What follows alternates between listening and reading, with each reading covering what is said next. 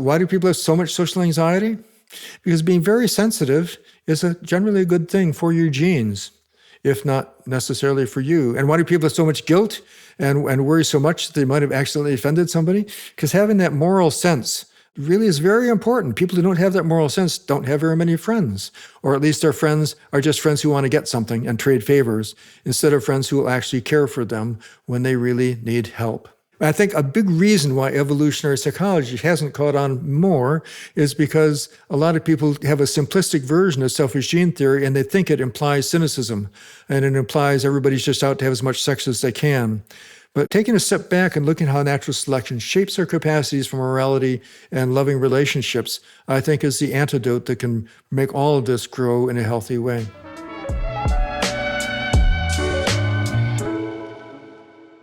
Hey everyone, welcome back to our next Holiday Classic episode. This one, with evolutionary psychiatrist Randy Nesse, is among the episodes that listeners most often tell me really either blew their minds or helped them somehow in their personal life. The core insight that Randy has is a relatively simple one. Before asking why we get depression or anxiety, we first have to ask why we have the capacity for feeling sad or stressing and worrying about things at all. What did evolution actually give us these systems for in the first place? And once you start thinking that way, a lot of other ideas naturally begin to click into place. For instance, Randy's smoke alarm principle explains why anxiety so often feels very disproportionate to the actual threat that we're dealing with. It's because the cost of a false positive is, in most of these cases, a lot lower than the cost of a false negative. He also explains low mood as a system for regulating effort. When things are going well, when we're getting a lot of reward, our positive mood pushes us to invest more into our pursuits, to get up early in the morning and go to bed late at night and really, burn the candle at both ends trying to get that reward. Conversely, when things aren't paying off and it's not obvious how we're going to succeed, low mood gives us a nudge towards backing off and not potentially wasting or expending effort on stuff that isn't going to work out. And that approach isn't just armchair theorizing, as you might worry, because it does generate testable predictions about when people should get depressed or feel particularly anxious, and what potentially should be able to help snap them out of it. Randy, in this episode, separately, provides a partial defense of Freudian psychoanalysis, which is not something I'm generally that partial to myself. And he also gives us, I think, the standard, correct, but remarkable evolutionary explanation for why it is that we age and die at the time in our life that we do. So I think it's a fantastic episode that I'm very happy to be re-releasing now. So without further ado, I bring you Randy Nesse on why evolution has left us so damn vulnerable to mental illness. Today, I'm speaking with Dr. Randolph Nesse. Randy is a leader in the field of evolutionary psychiatry, that is, the application of evolutionary thinking to understanding how it is that we can be as vulnerable as we are to mental health problems, and thereby to improve their treatment. He came to that after helping to put evolutionary medicine, the use of evolutionary theory to understand health and disease more broadly, on the map. Nesse had a 40-year career as a professor of psychiatry at the University of Michigan before moving to Arizona State University to found the Center for Evolution and Medicine and the International Society for Evolution, Medicine, and Public Health.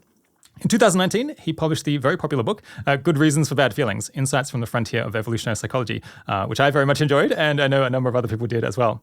In addition to being a clinician who has treated many hundreds of patients through his career, he's also the author of hundreds of published papers, book chapters, and talks on psychiatry and evolution, which have clocked up a ridiculous number of citations. Thank you so much for coming on the podcast, Randy. I really appreciate the opportunity, Rob. I look forward to the conversation. I hope to talk about how to collect evidence for and against evolutionary hypotheses and how people might be able to make the world a better place using evolutionary medicine. But first, it was your exasperation with the intellectual foundations of psychiatry that caused you to help get the entire discipline of evolutionary medicine off the ground.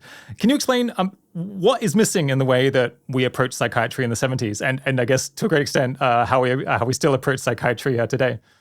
So I started my career in 1974 when the DSM was just getting going, and psychiatry was in the midst of its giant transition from mostly psychoanalytical to mostly biological. And it was so interesting at the time. Everybody was fighting at every grand rounds, trying to have this global picture of how do we think about these kinds of problems.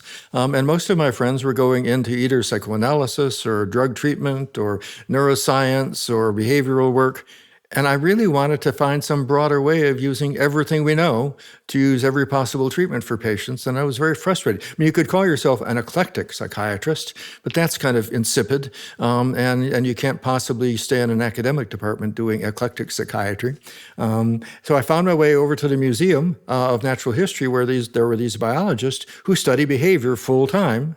And they were appalled that psychiatry wasn't already based on evolutionary biology. Yeah. So what? I guess what approach were people taking then, and kind of what? In what sense was it quite a mess? I mean, everybody was just fighting. I mean, the psychoanalysts were quite confident that early life experiences and unconscious defenses were responsible for most mental disorders. And the biological types at that time were quite convinced that they would be able to find specific genes, specific brain loci and abnormalities to make psychiatry like the rest of medicine. Ever since then, my theme has been to show that an evolutionary approach can make psychiatry really much more like the rest of medicine, and that currently what's called the medical model in psychiatry really isn't very medical at all. Yeah, how would an evolutionary lens on mental health will change how you would approach psychiatry and how you would conceptualize and structure your understanding of mental health problems? So that's the topic of our whole conversation. So there's lots to say about that. But just to summarize where we're going, possibly, Rob, I mean, the first thing is a really medical approach to psychiatry carefully separates symptoms from diseases. And right now, there's all kinds of arguments about how much depression is abnormal. And there's a vague idea that some might be normal, but without thinking about how the capacity for depression evolved and how it can be helpful, all those questions are just, arguments instead of actually science. Another issue is trying to understand what causes disorders. And we kept hoping that there would be a whole bunch of very separate disorders that we could define with the DSM. For those who don't know, that's the Diagnostic and Statistical Manual, kind of the Bible for diagnosis for psychiatry. We hoped that we could define specific disorders, and each one would have a specific brain cause. And if we could find the cause, then we could find better treatments. And I was on board with that. I mean, we all were. In fact, we thought the DSM was a temporary document until we could learn better about what the specific disorders were defined by brain problems, just like Alzheimer's disease or cystic fibrosis or breast cancer. You define those things based on specific pathological and biochemical findings. And we hoped that we could find those in psychiatry, but we've been doing that for 30 years now, and it just hasn't worked. I mean, I still hope it works. I want to be very clear. I really, really hope we can find specific genes, specific brain pathways, specific neurotransmitter abnormalities responsible for some of these terrible disorders. But so far it hasn't worked.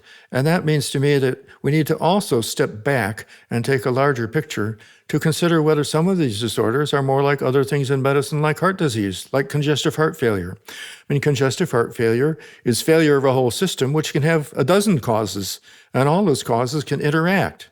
So if some mental disorders are more like these kinds of medical disorders, we need to be trying to understand how the systems all work and work together in order to understand why there are such problems. Yeah, I think that's one thing that wasn't so obvious to me before reading the book, is how peculiar it is how we define and kind of cluster mental health problems. So you basically, you say that someone has depression if they have a set of symptoms that correspond with this kind of cluster that you call depression. But that's not how we think about respiratory illnesses. We don't say, someone comes in with cough and you're like, okay, yes, you have cough, yes, you have fever. And then we say, okay, you have respiratory disease syndrome, and then leave it at that. But because we don't have a deep understanding of the mechanisms that are generating the symptoms, everything is just a syndrome, or it seems like basically we just approach everything as just a cluster of symptoms, and then we imagine that that is a disease. But that's not really, that's not what we do in the rest of medicine, I don't think. It's really such a dramatic difference, isn't it? Why is it that? The other thing is, depression is a symptom, not a disease, except that usually it's useless. And this is what's so confusing, I think, is that, if natural selection is so good, how come almost all low mood isn't useful? And for that matter, why do we all have, or at least all nice people, have more anxiety than they need? Now, there are a few people who don't have enough anxiety, and they're kind of obnoxious. But it's fascinating, and these are evolutionary questions. This is the whole core of evolutionary medicine. Just to put this all in a frame, I wrote my first article about evolutionary psychiatry in 1984, and it led me to ask this different question. I saw all around me so many people suffering with so many different things, and I had to ask myself, who the hell designed this thing? Why is it? Why is it that so many people suffer so much uselessly? I mean, are we in a sick society? Is there some toxin in the water? Is it, just have bad genes? And, that led to thinking about evolution and realizing that we've got to understand how the whole system was shaped. And that led to me realizing that there's no way I'm going to make progress about trying to understand mental disorders from this point of view until we first understand why natural selection didn't better protect us from all kinds of medical disorders. And that led to work with the great biologist George Williams and created the field of evolutionary medicine that's now going very strong. Yeah, we'll come back to that in just a moment. But in the book, you have this crazy anecdote about going to a psychiatry conference and asking everyone there what they thought moods were for, and just getting back completely bananas responses. Just to give some quotes from the book on this. So you asked a bunch of psychiatrists at lunch why the capacity for low mood existed. And some of the answers you got back were, depression is what makes us human. Depression is essential for relationships to be meaningful. I never even thought of that. Does there have to be a reason why we have a capability for low mood? Depression is a brain disorder. There's nothing useful about it. I think it's as people come to say, that's a very different perspective on things than what we're about to describe. If you ask the same doctors, so what's cough for? They say, oh, well, cough is to clear bad stuff from your respiratory tract. If you go, or vomiting is to clear poisons out of your GI tract. If you ask them what's fever for, it gets more on the edge. I mean, most doctors realize that fever is a useful response to help combat infection. Or a sometimes useful response. Yeah, but not everybody gets that always. That's kind of on the edge. If you ask about pain, I think where I really started getting going on this, Rob, is in neurology, studying pain. And we saw a patient who had no capacity for pain. And he was a wreck. I mean, he was a smoker, and his fingers were burned right down to the bone because he didn't know, And that reminded me of a kid that I had known in junior high school. And he, too, had the same syndrome. It's extremely rare, 1 out of several 100,000 people. And why is it rare? Because most people with that syndrome are dead by the time they age are 30 or 40. Pain itself is useful. When you're experiencing pain, it means something's wrong. You better change things. But this made me start thinking differently about all these responses that natural selection has shaped for us. And it made me think, gosh, if physical pain is so useful, what about mental pain? And that's really the foundation for a lot of evolutionary psychiatry. Okay, let's push on to the meat of the conversation, which is your book, Good Reasons for Bad Feelings, which might be my favorite book that I've read this year. I'm so glad to hear that. How thrilling to hear that. You read lots of books. Yes, I do. I read like one or two a week. So I guess that is pretty strong praise. And rereading it recently, I realized just how much there is in this one. There's kind of a lot of subtle interlocking ideas, and I realized that we're not going to be able to impart the full picture, the full way of thinking that comes through in the book, in this conversation, because even if it's a very long conversation, it just won't be quite enough. And some topics I don't think we're going to get to at all, including eating disorders and drug addiction. Let's talk about eating disorders. That's important. Okay, yeah, all right. We'll do that one quickly. There's also grief at the death of a loved one, bad sex, bipolar disorder we might get to quickly, but there's a lot more on it. So if someone enjoys this conversation, they really should go and enjoy the full book. But yeah, a key part of the book is setting out to apply evolutionary thinking to each of the key mental health symptoms or syndromes that people are most familiar with. And I guess I'd like to start by handling one of the relatively more straightforward cases so people can get a better sense of what an evolutionary explanation for a psychological trait can look like. So what is the evolutionary origin of our capacity for anxiety? I experienced plenty of anxiety myself, and I had the privilege of helping to develop one of the world's first research clinics on anxiety at the University of Michigan. My first research was with George Curtis, and we were looking at how neuroendocrine changes happened when you bring a snake into the room with someone with a snake phobia to treat them. It's very effective, safe, treatment, and a remarkable opportunity to look at how the body changes in response to anxiety. And during those years, treating people with anxiety disorders, after a few years, I realized, gosh, I'm treating emotions full time. What are emotions for? So I'm going to back us up just one stage, Rob. Instead of talking about anxiety overall, we should talk a little bit about emotions. I asked myself, so gosh, anxiety is one emotion. There's a bunch of emotions. Why do they exist at all? And I went reading in my psychiatry textbook, and the entire chapter on emotions was 1.5 pages. That's interesting. I mean, if you study heart disease and you look up in a medical textbook about heart disease, there's 100 pages about how the heart works and how the different parts are for. So then I went looking at emotions research, and I spent a full year just reading about emotions. And I pretty much gave up at the end of that. And I thought, everybody's arguing about how many emotions there are and what each emotion is for, and there's no agreement. And I really was very frustrated. And then I went back and found what William James had to say about it. William James is a great psychologist. He essentially said, I'd as rather read the literature on emotions again as catalog rocks on a New Hampshire farm. There's no order, there's no categories, there's no way of making sense of it. And I thought, well, if he can be frustrated, I can be frustrated too. So I looked at evolutionary approaches, and most of them were saying, what's the function of anger? What's the function of anxiety? What's the function of depression? And I asked myself, well, how do these emotions come to be? And the answer is that they're suites of coordinated responses that change lots of things physiologically and cognitively and behaviorally to cope with a particular kind of situation that's recurred over evolutionary time. So people who felt the hot breath of a tiger on their shoulder and a lion is salivating in front of them, who experienced the emotion of awe, those genes didn't stick around at all. They became lion lunch. While people who had this coordinated response that we call a panic attack or a fight-flight reaction, where they start sweating and they run really fast and they breathe really fast and their heart pounds and their muscles get tight, those people were more likely to survive. And so natural selection shaped a very specialized emergency response we call a panic attack.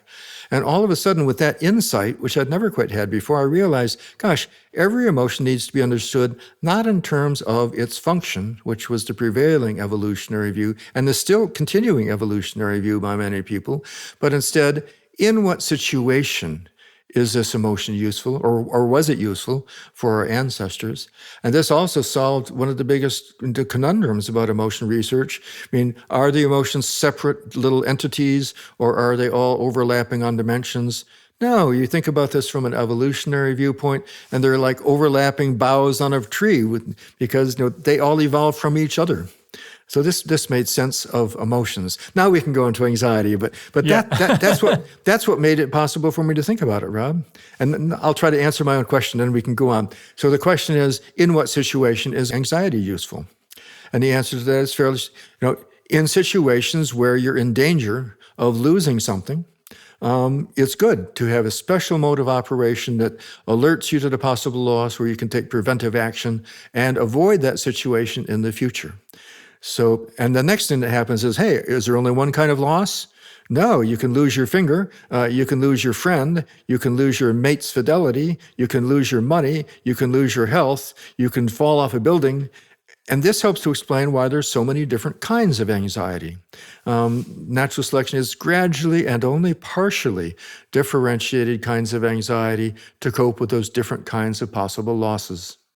So an alternative way that we could frame the question is just, in what circumstance is anxiety useful? And basically, it's in a circumstance where you might lose something, but if you take a response, then you might be able to avoid losing something. Is that how you would summarize it in one sentence? That's exactly right. And while we're at it, I mean, a lot of my work is trying to understand human behavior in terms of the goals we pursue. And anxiety is basically pursuing the goal of not losing something. After you lose something, there's another emotion that kicks up. That's called sadness. And a lot of people confuse sadness with depression. I think they're very different from an evolutionary viewpoint. Sadness is when you lose something, and if you just have lost it and there's no getting it back, and then you feel bad for a while and it all goes away. On the other hand, if you continue to pursue some unreachable goal, that's not sadness, that's low mood, and that can escalate into depression. But let's save that. Let's do lots more about anxiety first. Yeah. We'll come back to depression, because I think it's a somewhat more complicated case. Much more. Yeah. Okay, so we've got a situation in which anxiety is useful. And you pointed out in the book that obviously people come into the psychiatrist's office saying, I have high anxiety. I feel anxious all the time. This is ruining my life. Not many people come into the psychiatrist's office saying, I never get anxious. I never feel anxiety about anything at all.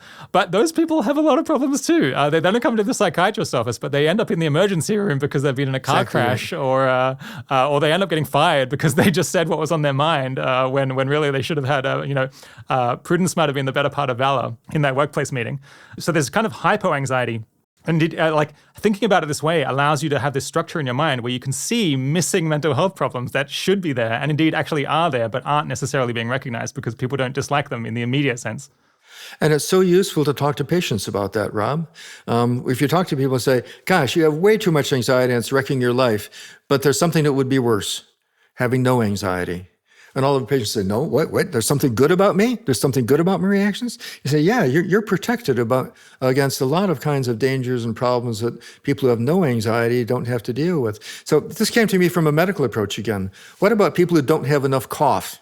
And there are a lot of people like that. Older people very often do not cough very easily.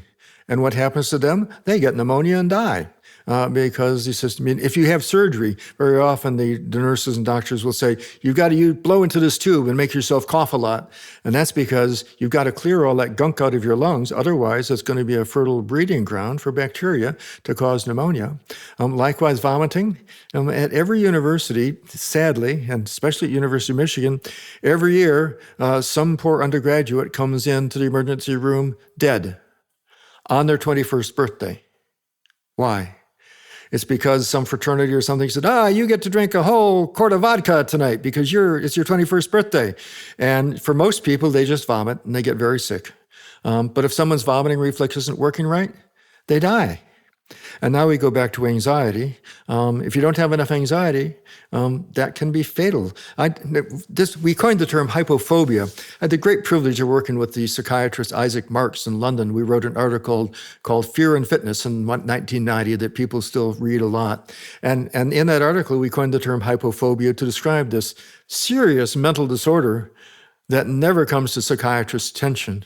And we even joked about giving people drugs that would increase their anxiety to save their lives, except it's very hard to get people to take medications like that.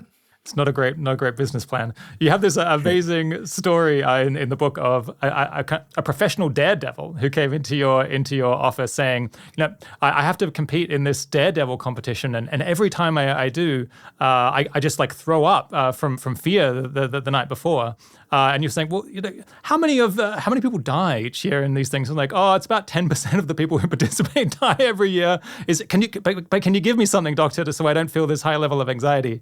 And I think you sent him home saying that would be inappropriate under the circumstances. Well, and this is a great example, Rob, of how clinical judgment is difficult. And there are often no simple, easy answers. That person was actually a professional motorcycle racer.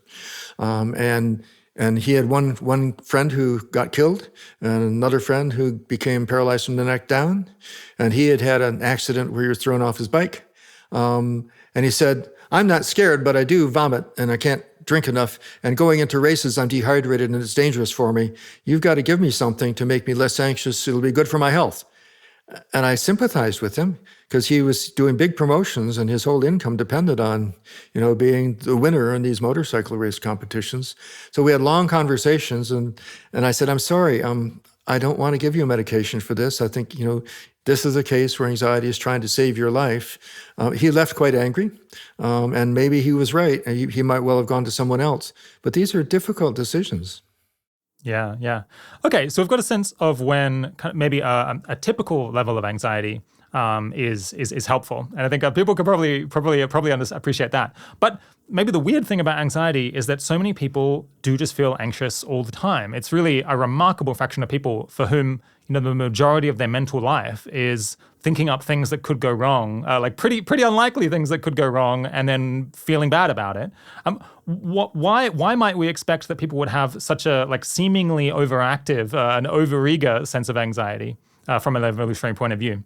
Again, If you just think about this in terms of brain mechanisms, you can talk about the locus ceruleus, a little blue spot in the brain that influences how much your anxiety goes off. But when you think about how natural selection shaped those mechanisms in that little blue spot in the brain, you have to ask, what are the costs and benefits of the anxiety threshold, the sensitivity of that system being cranked up so it goes off for anything, or cranked down so it hardly ever goes off?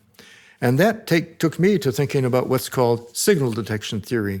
Signal detection theory is the same thing that electrical engineers use when they try to decide whether a click coming across a wire is an actual signal or just noise, getting us to the signal-noise ratio that we talked about a minute ago as we were figuring out the microphone setups.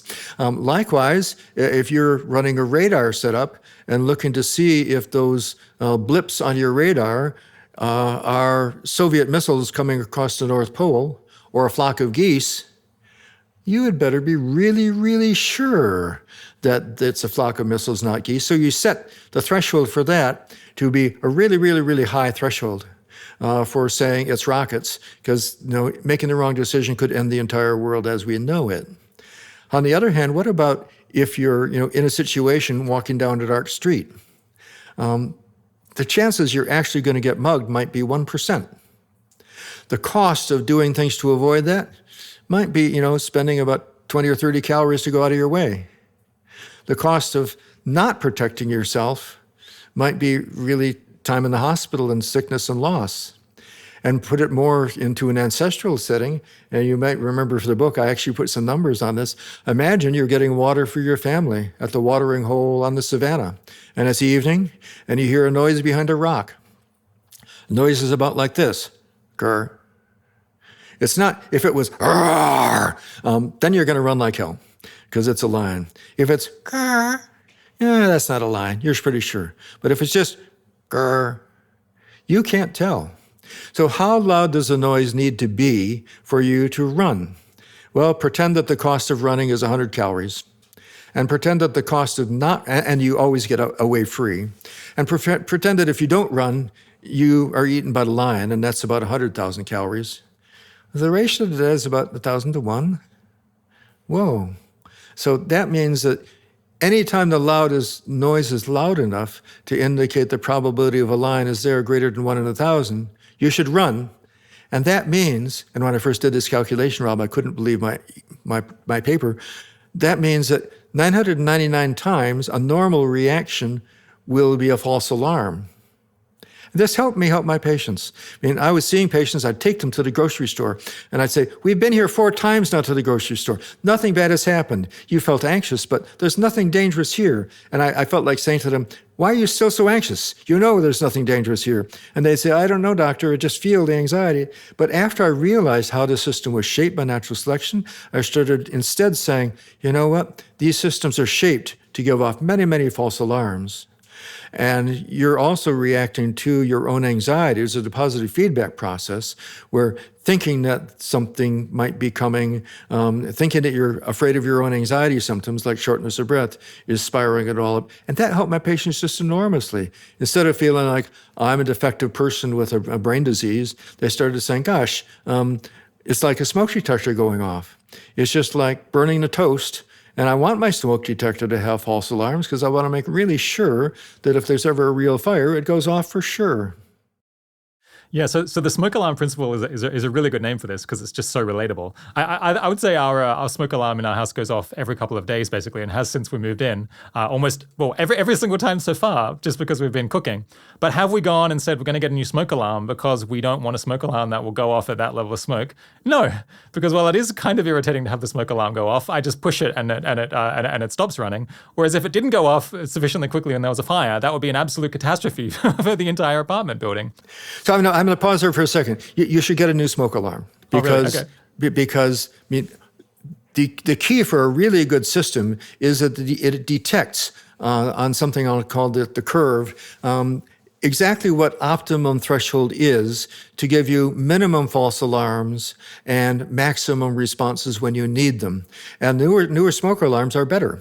at detecting the real fires and not detecting false alarms. Likewise, that's where our goal with our patients. We're not just trying to downregulate anxiety.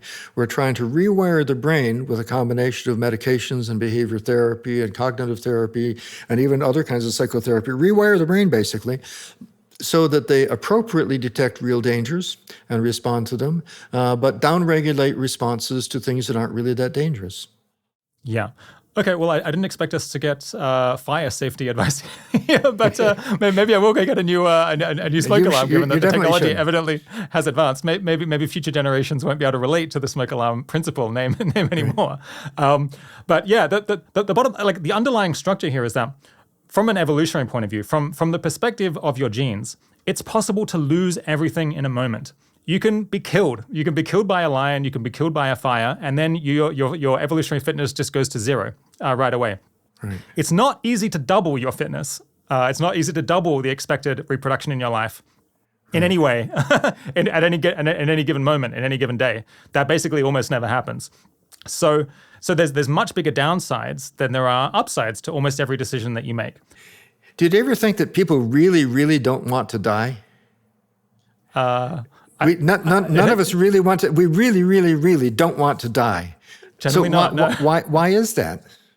Gosh, there's a pretty straightforward answer that you've just given. Yeah, that one's not. I'm not sure whether to go down this rabbit hole, but there was this beautiful case of one of the funniest book reviews I've ever seen of a philosopher who tried to explain disgust, who tried to explain why it is that human beings have a disgust reaction. And they went through this extraordinary philosophical thing that it's about ambiguity between death and life, without any reference to evolution or without any reference to what function disgust might serve. And this person wrote this absolutely scathing, hilarious book review where they said, obviously it's to prevent disease, obviously it's to prevent you from dying. And likewise, I can imagine a philosopher saying, like, why is it that we fear death? They're like, if you're a biologist, this is a very, very straightforward question. Right. Anyway, you're bringing it back to anxiety. So this argument seems extremely powerful. It's almost, I think, too powerful. I'm always worried that this would suggest that all of us should have an extreme level of anxiety, right? And I feel like the smoke alarm principle doesn't really describe my relationship with fear. I feel like I'm more like I've never really had a panic attack. Sometimes I'm in situations that are a little bit dangerous, and I usually don't feel that concerned. Shouldn't I be some bizarre aberration that's highly dysfunctional? But it seems like there's at least a meaningful number of people who are like me. So how is it that we can explain normal levels of anxiety given the smoke alarm principle? It's a good question, Rob. I mean, how come everybody doesn't have bad anxiety all the time? And I think it's because anxiety has costs as well as benefits, I've talked with people who do podcasts who are so nervous that they might make a mistake on their podcast that they can't do it. Or they're worried in the middle of their conversation that they'll just stop. In fact, I've treated hundreds of people with social anxiety. Let's go down that hole for just a second. Most people are nervous about speaking up in public. And they plan what they're going to say, and they sometimes don't listen to other people as they're thinking about what they're going to say, and then they say it and see what other people do. I think this is a very useful response, because what other people think about us is so vastly important. And if you accidentally express some anger or hostility or criticism of somebody without really wanting to, that can be really bad for your social relationships. So I think social anxiety is very, very important, and most of us have a good dose of it. People who don't have much social anxiety at all are the people who just say stuff, and they get in all kinds of social trouble, and their friends wonder, how come he doesn't like me today? And then they have to realize, no, this is just a person who doesn't get it, and they don't have social anxiety. Yeah. So the limiting factor is just that spending much of your mental life worrying about things that could go wrong, it has big benefits because you might avoid getting killed. On the other hand, it's maybe absorbing resources that could be allocated to some other function more usefully, and avoiding you from getting distracted from the things that you're doing. Stopping you from doing things that are useful and interesting. Yep, absolutely. Yeah, but this brings up another thing, though, that natural selection has also shaped mechanisms that regulate the threshold, how easily anxiety goes off, as a function of experience. And this can be good and it can be bad. If 3 times in a row, I had one woman she was working in a grocery store in downtown Detroit. And she'd been on her job for about 2 weeks, and somebody came in and pointed a gun in her face and said, "Give me all the money in the cash register, or I'll blow you away." And she fell apart, gave him the money, and decided she's never going back to work there. But that's what she knew how to do, and so she got a job in a suburb where she thought she'd be safer. 3 weeks later, she's sitting there at her cash register on the night shift, because you get to start the night shift if you're a new employee, and somebody comes in and points a gun at her and says, "Give me your money or you're dead." And that was it for her. We were supposed to treat her in the anxiety clinic and relieve her of her fear of working as a grocery store cashier, but her anxiety system had adjusted to the point where even being in a grocery store felt dangerous to her, because in her experience it was life-threatening. Conversely, the way we work with people who are just going to the grocery store to buy their groceries and having fear, which is the classic symptom of agoraphobia, by the way. How do we help those people? Well, you have them go to the grocery store and stay there while they have their panic attack, and wait for the panic attack to go away, because it always will in half an hour at the most, usually. And doing that repeatedly essentially rewires the brain and makes that threshold go up so the panic doesn't come on as easily. And patients are amazed that it works, because you have to get people to do something that seems very abnormal and painful to get over their anxiety. But this is a global general principle for coping with anxiety. If you want to downregulate your anxiety, you need to go and do the things that seem dangerous and let the anxiety happen. And if you do that, there's a built-in mechanism that downregulates your anxiety. Yeah, so in the book you talk about this capacity that humans have for kind of sensitization with the moods or with the feelings that they have, and I think the way to understand that is to think. So your brain is trying to balance, or it's trying to get an appropriate level of false positives, and the appropriate level of false positives varies depending on how likely a threat is to actually be there. If a threat is extremely unlikely, then you don't need to panic as frequently, or you don't need to have a very anxious response as frequently. By contrast, if someone coming into the grocery store and pointing a gun at you is actually very common, then there's far more reason to be skittish and to allow a lot of false positives, basically. Well, here's a way of creating panic disorder, or taking one panic attack and creating it into panic disorder. All you have to do is take your panic attack into an emergency room at a busy hospital, and the doctor says to you, "Gosh, you're breathing fast and your heart is pounding like mad. There doesn't seem to be any sign of a heart attack or a stroke or a seizure or anything like that, but you should be very careful and watch for these symptoms. If they happen again, come back." Whoa! All of a sudden, that well-meaning doctor has transformed an ordinary, fear, fight, flight response into a signal to the person that it could be a heart attack or a stroke or a seizure, and they should start watching for such symptoms. And then they go mow the lawn, and their heart starts pounding, and think, "Oh my God, maybe it's happening again." And guess what that does? That causes anxiety. And what does the anxiety do? The anxiety causes higher heart rate, and more shortness of breath, and more muscle tightness, and more sweating, and more anxiety, and this is called a vicious cycle.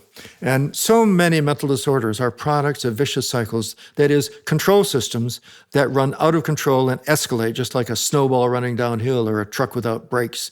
And telling patients that that's what's going on doesn't solve it quickly, but it's really helpful. Previously, I told people, you have panic disorder. It's a product of your brain and your experiences, and we're going to give you medications and have behavior therapy to help you out of it. And the patient said, "But doctor, I know it's my heart. I can feel my heart pounding. It's not mental, it's my heart." And once I was able to tell them, "No, your heart pounding fast is a part of a normal, useful response to get you away out of life-threatening danger, and it's a false alarm," that helps so many patients so much. This should be, I think, a routine part of treatment of people with panic disorders. Yes, so you talk about how this sensitization process, which is evolutionarily adaptive, we think, because the brain is kind of learning how threat-filled the environment is based on how frequently you've had anxiety in the past. But then that can create this runaway spiral where past anxiety causes more anxiety attacks, which then causes you to learn that the environment is more full of threats, and on and on and on. A lot of anxiety is caused by anxiety, right? And people who have a public speaking fear sometimes get so frightened in the midst of their public speaking that they lose their train of thought or something like that, making them again fear the anxiety itself. So a lot of the worst anxiety is a vicious cycle caused by fear of anxiety. But that made me wonder, given that these systems are, at least with that design, very unstable and at risk of spiraling off in a very bad direction, shouldn't you also need to evolve some stabilization mechanism basically to short circuit that from ever happening? Because otherwise you do end up with someone who's just a person who's just hiding in their cave, unable to go out because they've ended up on the wrong end of one of these sensitization spirals. And in ancestral times, if you're hiding in that cave, you'll eventually get hungry. And therefore, you'll have to go out. There's no alternative. And then the normal systems will reallocate your effort and your anxiety threshold appropriately for your environment. In modern times, however, you can go in your room and shut the door and get someone to deliver your food and have agoraphobia so bad you never go out at all. We've seen patients, we had to go visit people at their homes because they had not left home in 2 years. And they had medical problems that they had to go to the hospital, but they couldn't because every time they left their home, they'd have a panic attack. So one of the very best ways of dealing with these things is to use medications. And previously, I told patients, we're going to use these medications to calm down your panic attacks. It'll be very helpful. And they always said, I don't want to cover over my symptoms, doctor. I want to get to the root of it. But once we started saying, you know what, you're having false alarms on a useful system, and this system is going to turn those off and help your inner mind to realize that the environment is not so dangerous as you think, and stopping this runaway positive feedback cycle, then patients said, oh, that makes sense.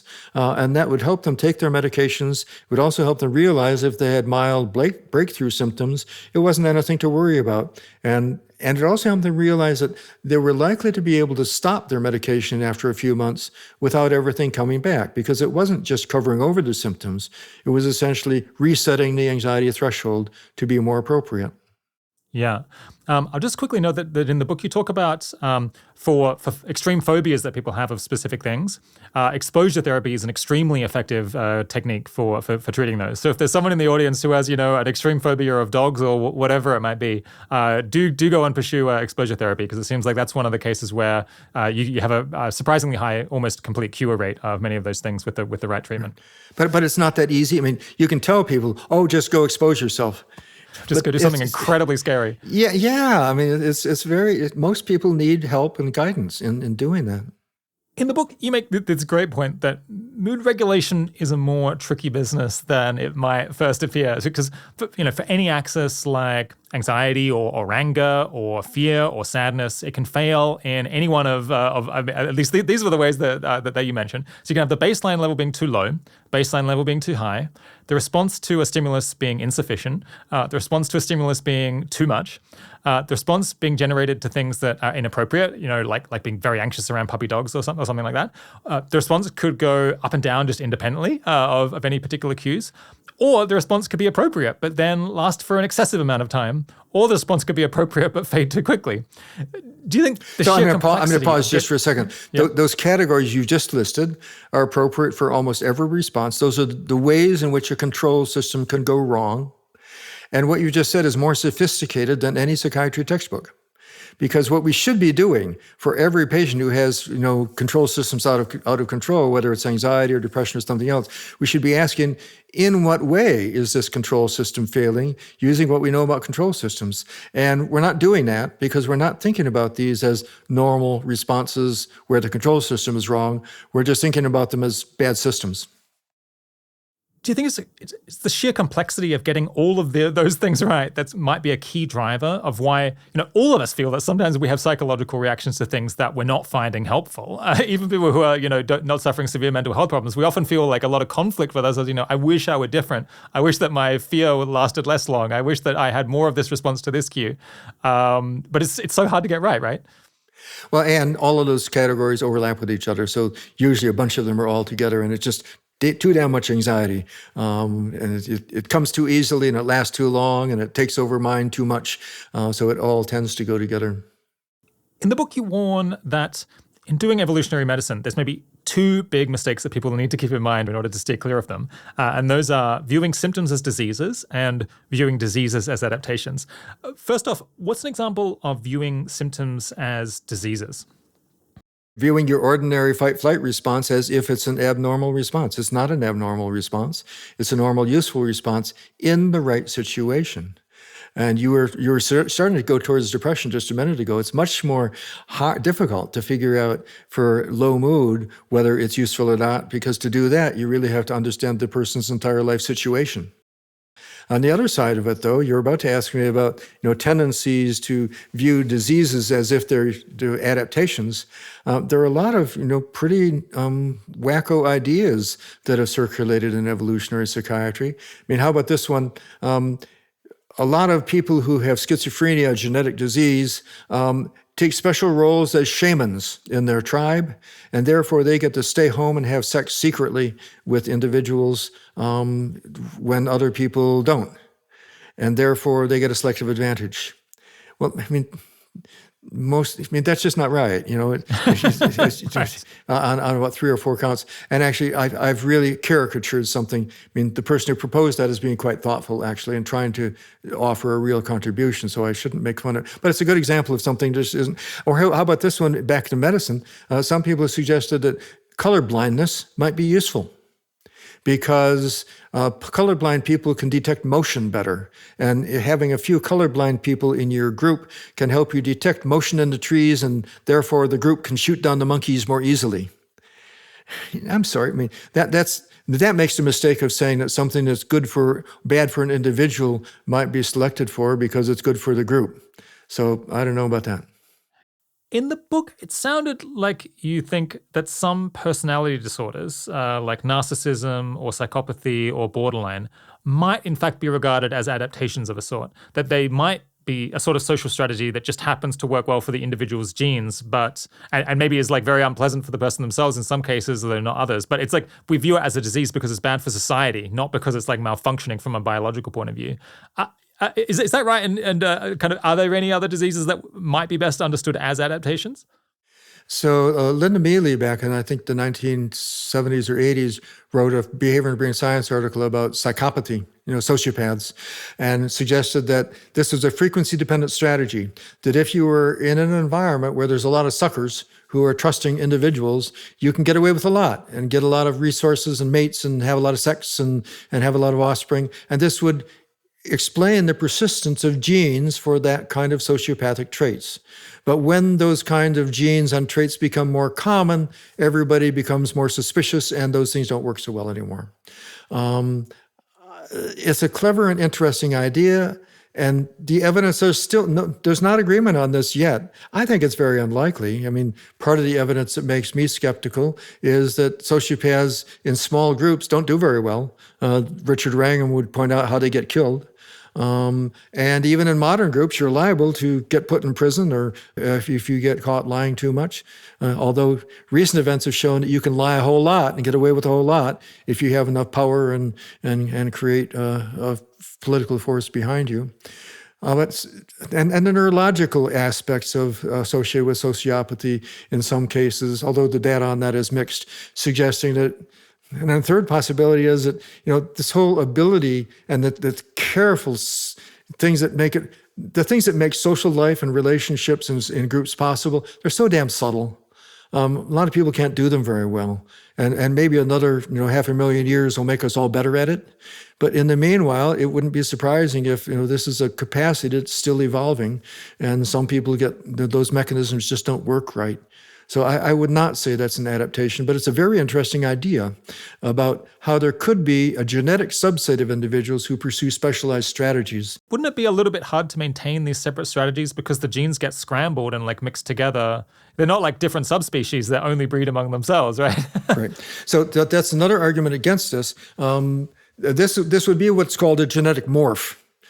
So in fish, for instance, you can have genetic morphs, some of which have different mating strategies, and they can be genetically different, and they're maintained because as they get more rare, they get more successful.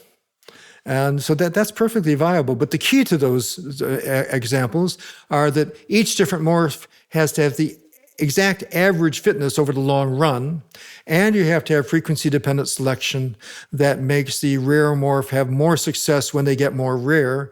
And in most cases, those mechanisms have to be changed just by 1 or 2 genes or a gene network, because you've got to flip it to an entirely different strategy. Now, that might be possible. And there are these different niches in social life, dominant and submissive and cooperative and competitive. There are different niches in social groups that conceivably could do something like this. But I would say the evidence is out, and I'm skeptical. Okay, so there's a lot of different mental health problem categories. The ones that personally I find most mysterious from an evolutionary point of view are depression and anxiety because of their very high prevalence. I think it's easy enough to imagine how a complex organ in the brain could break in 1% of people, as maybe seems to be the case in schizophrenia. But what's more baffling is that you could have 10% or more of people at any point in time who are taking a huge hit to their reproductive fitness because they're so worried that they can't leave the house or so sad that they're struggling just to perform basic tasks. It feels like embarrassingly poor engineering from an evolutionary point of view that really begs for explanation. So we covered anxiety, which I feel is the easier of the two, but sadness and depression are a little bit slipperier and maybe resist a simple explanation. But let's start at the beginning. Why do you think humans and other animals have the capacity to feel sad at all? What's the point? So this takes us back to this distinction between sadness and depression. I'm so glad you're going this direction. Anxiety is protecting us against losses as possible and keeping us from going back in situations that cause losses. If you have a loss, that causes sadness. And sadness doesn't seem like it's useful because, hey, the loss has already happened. What are you going to do about it? But in fact, there's a lot you can do about something if you've lost something. If your child has just been washed out into the surf, you can swim out after your child. You can tell other kids to get off the beach. You can prevent any of your children from ever going in the ocean again. You can get sympathy and help from other relatives. There are all these things you can do to prevent further losses immediately and further losses in the future. And if you lose your driver's license, you can get a different kind of wallet so you're not as likely to lose it in the future. It's really good. Worse, if you say the wrong thing to your spouse and she won't talk to you for a week, you can learn to stop saying things like that. It's very good to feel sad and upset about making mistakes that cause losses. Where this really becomes awful, though, is losses of a loved one. And I spent 3 years of my life delving into a very detailed database where we looked at people who had experienced loss of a spouse. And they were asked 6 months, 18 months, and 48 months later about all of the details. And we had a lot of information about them before they ever had the loss. And one of the questions was, gosh, is it true what we were all taught in psychiatry, that people who have ambivalent relationships need to get in touch with that ambivalence to get over their long-term grief? And one of the profound findings from our research was that people who have ambivalent relationships before the loss don't have as much grief as other people. It's exactly the opposite of what we were all taught. Whoa. Plus, the theory in psychiatry was always that delayed, absent grief, people who don't grieve, really have a problem and you need to get them in touch with their grief, more specifically based on Freudian theory. I spent many hours upon the direction of my well-meaning supervisors trying to help people who are having bad long-term grief get in touch with their anger towards the bereaved, because Freud's idea was that suppressed anger was causing depression. And everybody has anger towards everybody at some time, so you can always find something like that. But in our data, we found no hint that people who didn't grieve immediately had more grief later. It was quite the opposite. What we really did discover that was profound in our study is that a lot of people who experience a lot of grief at 6 months didn't remember anything about it at 48 months. They said, no, grief never bothered me much. Conversely, a lot of people who didn't experience any grief initially later remembered themselves as having experienced it. For me, it taught me once again that we humans are subjective beings. And the idea that we can remember things accurately about our emotional lives, not really. That's just not how we're designed. But now you're going to ask me, so why the hell is there grief which causes so much awfulness? This is an unsolved problem, Rob. Some people say it's an accident of our system for attachment, and other people say, actually, it's good to grieve the loss of a loved one to help find them if in fact they're not dead, they're just lost in the savannah someplace, and to prevent other losses. This is a very profound question at the center of bereavement research. Yeah. So grief seems like a tricky one with its own issues. But I guess coming back to more mundane sadness, you mentioned like there's a couple of different functions that it might serve. So one is kind of motivating us to try to undo the thing that's making us sad right now. Another is motivating us to kind of ruminate and learn from a negative experience in order to figure out how to not have it happen again in future. And another one is just learning or like motivating us to move away from whatever thing is making us sad right now. So kind of like a whip on our backs. And stay away in the future, which is a connection between anxiety and sadness. Yeah. How confident are we that those explanations for why sadness exists are correct? How do we figure out like what the balance is between the different possible functions that we can imagine? It's a wonderful question. It's such an understudied problem. I mean, I wrote a chapter in this book on bereavement about the origins of sadness, but its utility is just vastly underappreciated. Yeah. And again, like anxiety, it's usually excessive. I mean, usually, we just feel more bad than we need to, and it doesn't do us any good. One thing that maybe we should have elaborated on earlier is the distinction between something being good for a person in terms of enjoying their life and something being good for someone's genes in terms of reproducing themselves. Do you want to highlight the difference between those two things? Yeah, I find this a shocking thing, Robin, and a disturbing idea. I mean, I always thought that natural selection would shape us for health and happiness and cooperation and long, happy lives. And anything different from that meant there's something wrong with the system. But once you start studying how evolution shapes behavior regulation mechanisms, you realize that it doesn't give a damn about us.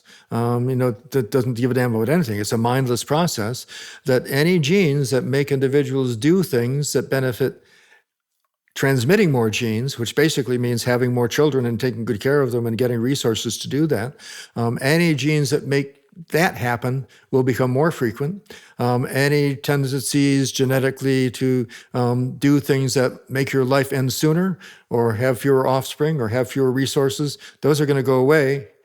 And the whole system doesn't care at all. A lot of our bad feelings are about things that have to do with reproduction.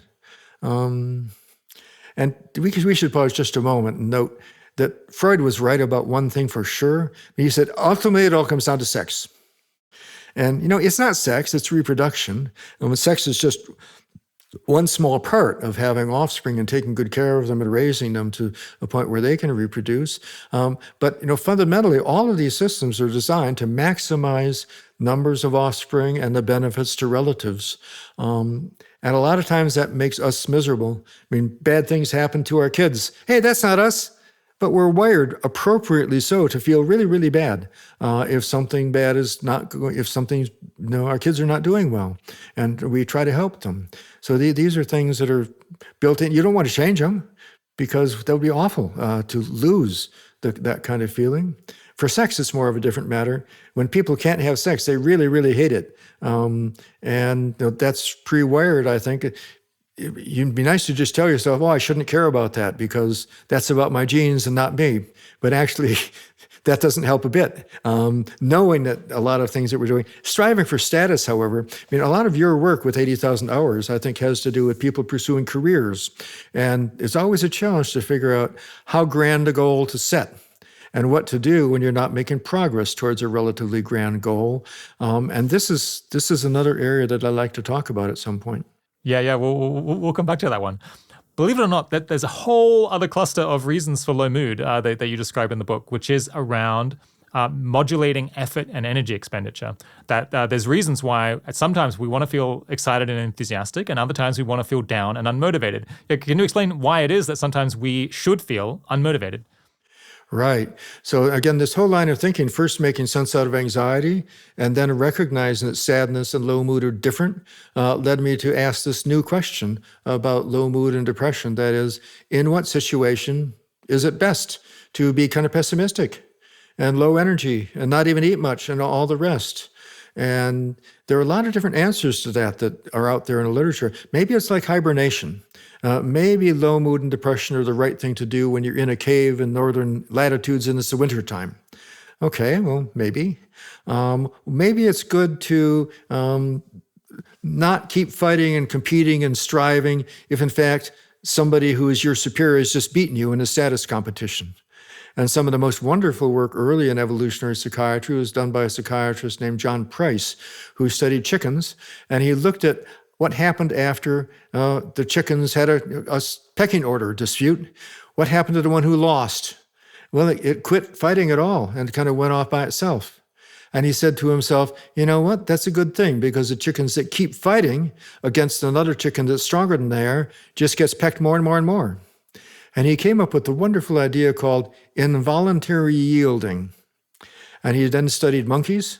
And the monkeys he studied had this amazing signal of their status. They had regular bright testicles, blue testicles, when they were in a dominant position. And when they lost the status competition, their testicles turned a dusky blue, and they huddled away in their cage and didn't fight with anybody and acted for all the world like they were depressed. And he pointed out that if they'd kept fighting, they would have just get beat up more. And he then applied this to humans, and I think quite profoundly pointed out that a lot of depressions result from involuntary yielding. That is, after we lose a competition, the system makes us giving up and thinking ill of ourselves and thinking hopeless thoughts that are unrealistic often, in order to keep us from getting beat up more. So those are some reasons why you might have low mood, normal low mood and sadness. How is it then that severe depression can be really common?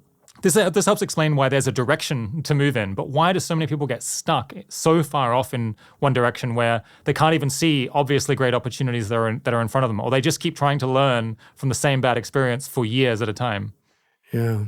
So this is, I think, the most important unanswered question in mood research. We need to try to understand severe depression in terms of how ordinary low mood is dysregulated. There is something called kindling at the foundation of a lot of depression research. Kindling means, when you start a fire, it comes from epilepsy research, really.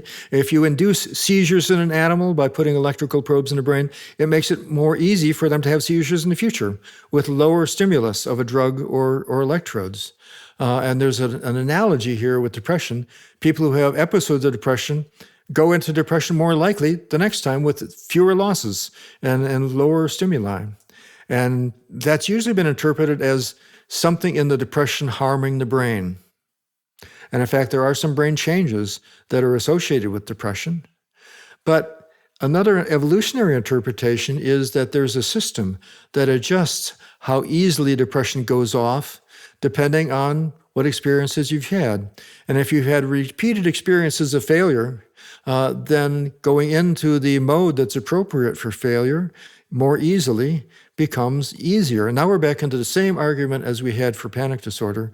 That is, it's a positive feedback process where the more depressed you are, the more you get depressed. And guess what? In modern life, this is such a huge problem for people, because you can go to your room and you can shut the door and turn off your cell phone and then lie in your bed crying, saying, how come nobody ever calls me? Because your cell phone's turned off.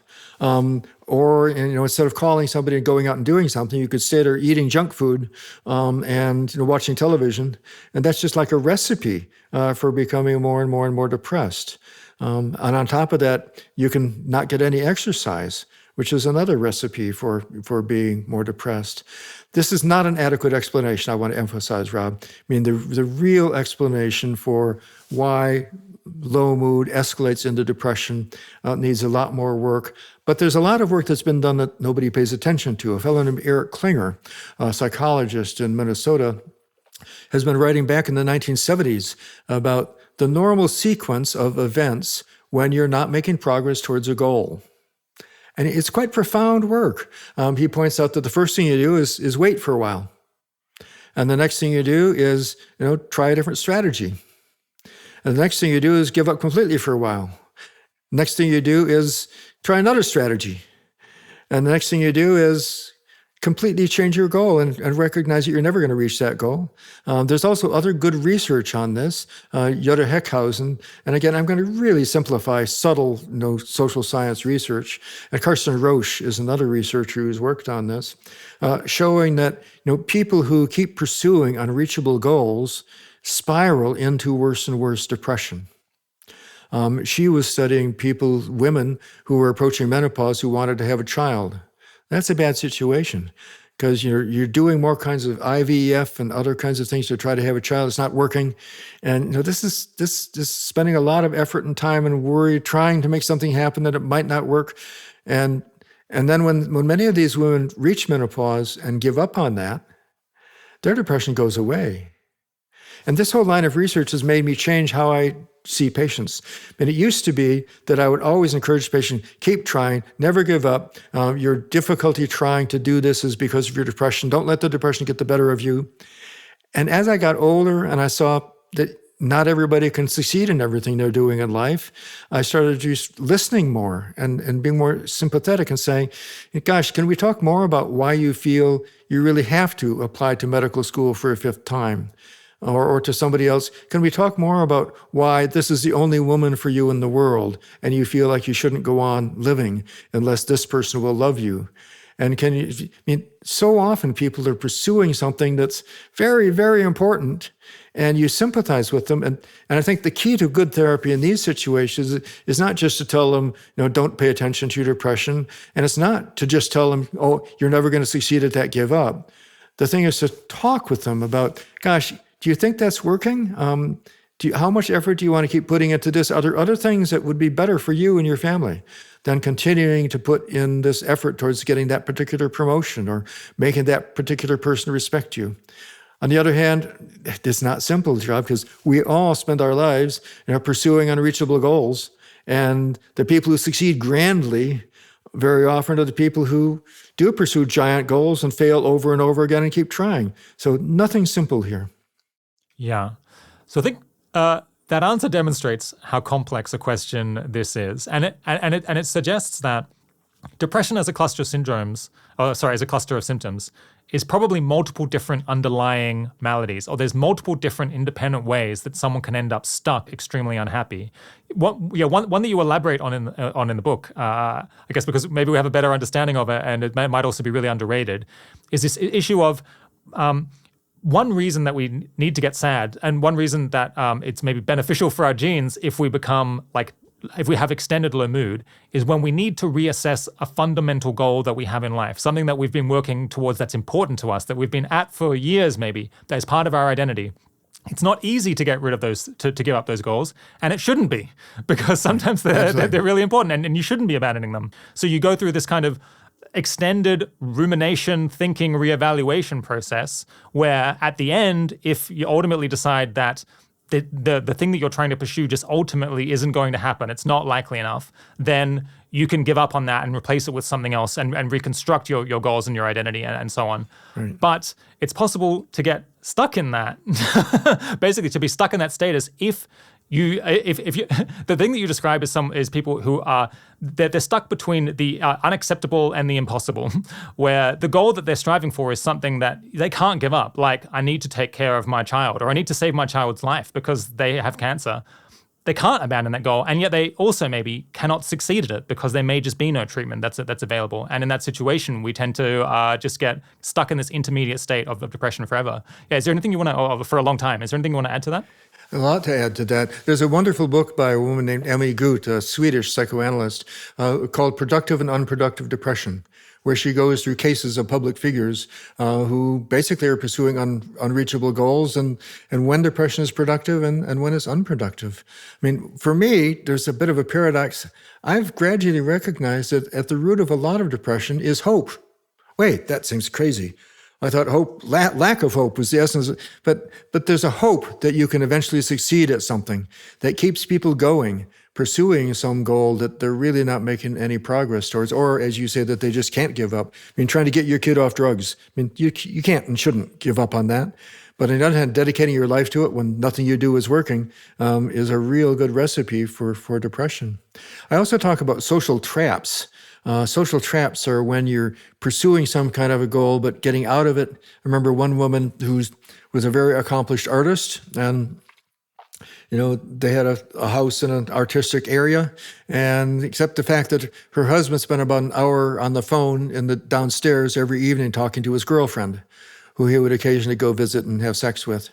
And she didn't want to stay with this guy, but leaving him would mean that she'd have to get a job and give up her art and her circle of friends and everything else. And I mean, we never found a good solution for that. I mean, I think a lot of people are in situations like that in their relationships. And Peter Kramer has written a book. Peter Kramer of Listening to Prozac fame, wonderful, thoughtful psychiatrist. And he's written a book called Should You Leave? Because this dilemma is so central to so many lives. And again, it's not easy. None of these things are easy. But for me, as I think I became a much better therapist once I started trying to understand really what I call the motivational structure of each individual's life. That is, what's this person value? What are they trying to do? What do they have? What do they want? How are they trying to get it? How is it going? And most importantly, what's their expectation of the future? Because it's those future expectations that are more important for mood and all emotions than the current circumstances. Because our emotions are not based on events.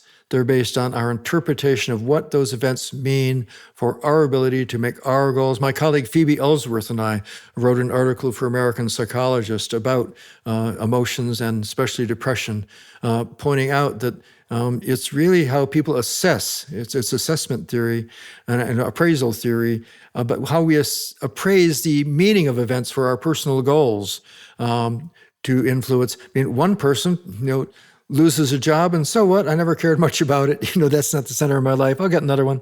And some other person, it's been their whole goal, and they can't get another one. I mean, fundamentally, you can't have a checklist that says lost job. How much importance is that for your mood? You really need to understand people one by one. You notice I'm saying that over and over again, Rob. And I think a lot of psychiatry these days has gone towards make a diagnosis, give the standardized drug treatment for that diagnosis. And that it's important to make a diagnosis. It's important to give appropriate drugs and to be scientific about it that way. But I think we're missing the kind of information that other doctors take into account when they're treating pneumonia or seizures or anything else. We need to try to understand how this individual person came to this particular difficulty and at least try to use that information in helping them. Yeah, you have a great chapter on this challenge that psychiatry faces as a discipline, where it needs to balance between making statistical generalizations and learning from large data sets of people and what things go well for them and what things go wrong and what treatments work. Balance that against the need to understand individual people and what has caused them to become depressed in this particular case. And both perspectives have value. I think, and in a very low resource environment, doing a very broad brush approach where you say, okay, this person has depression, we're going to give them antidepressants because that's, we've only got an hour that we can spend with them and this is the best that we can do. That might make sense. But in a high resource environment, you really want to be diving down into understanding, what type of depression is this? What is driving it? Let's understand the narrative of this person. I thought that was a really good chapter of the book. In fact, I want to use the jargon that I gave rise to in that particular one. There are two kinds of explanation that we humans use for events. Some are ideographic narrative explanations where we talk about all of the sequences that led to this particular thing happening. The other are nomothetic generalizations about a general law. And this isn't just in psychology, this is in physics as well.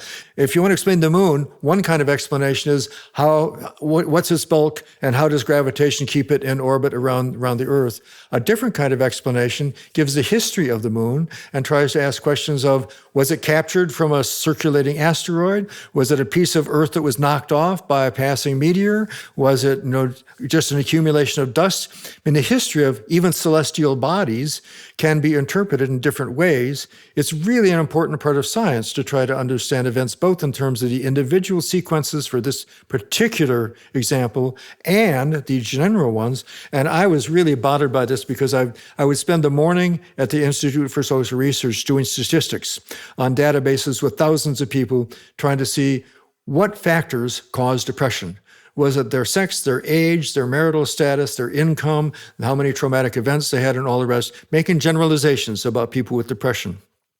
Then in the afternoon, I'd go down to the clinic and teach residents and see patients, and we'd make a diagnosis, but then we'd talk for 15 or 20 minutes about, oh yeah, this person got a divorce, but he really wants to get back with his wife and she won't speak with him.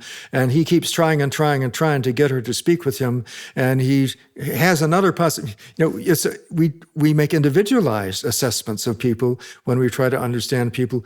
I think I think an evolutionary framework, Rob, gives us the hope of taking this idiographic data that's really the key to causation of emotions and putting it in a nomothetic framework. And these are the only two jargony things in the book, I think. But I really like those two words, and that they were first proposed by the provost at the University of Strasbourg in 1894 and gave rise to a whole field of social psychology.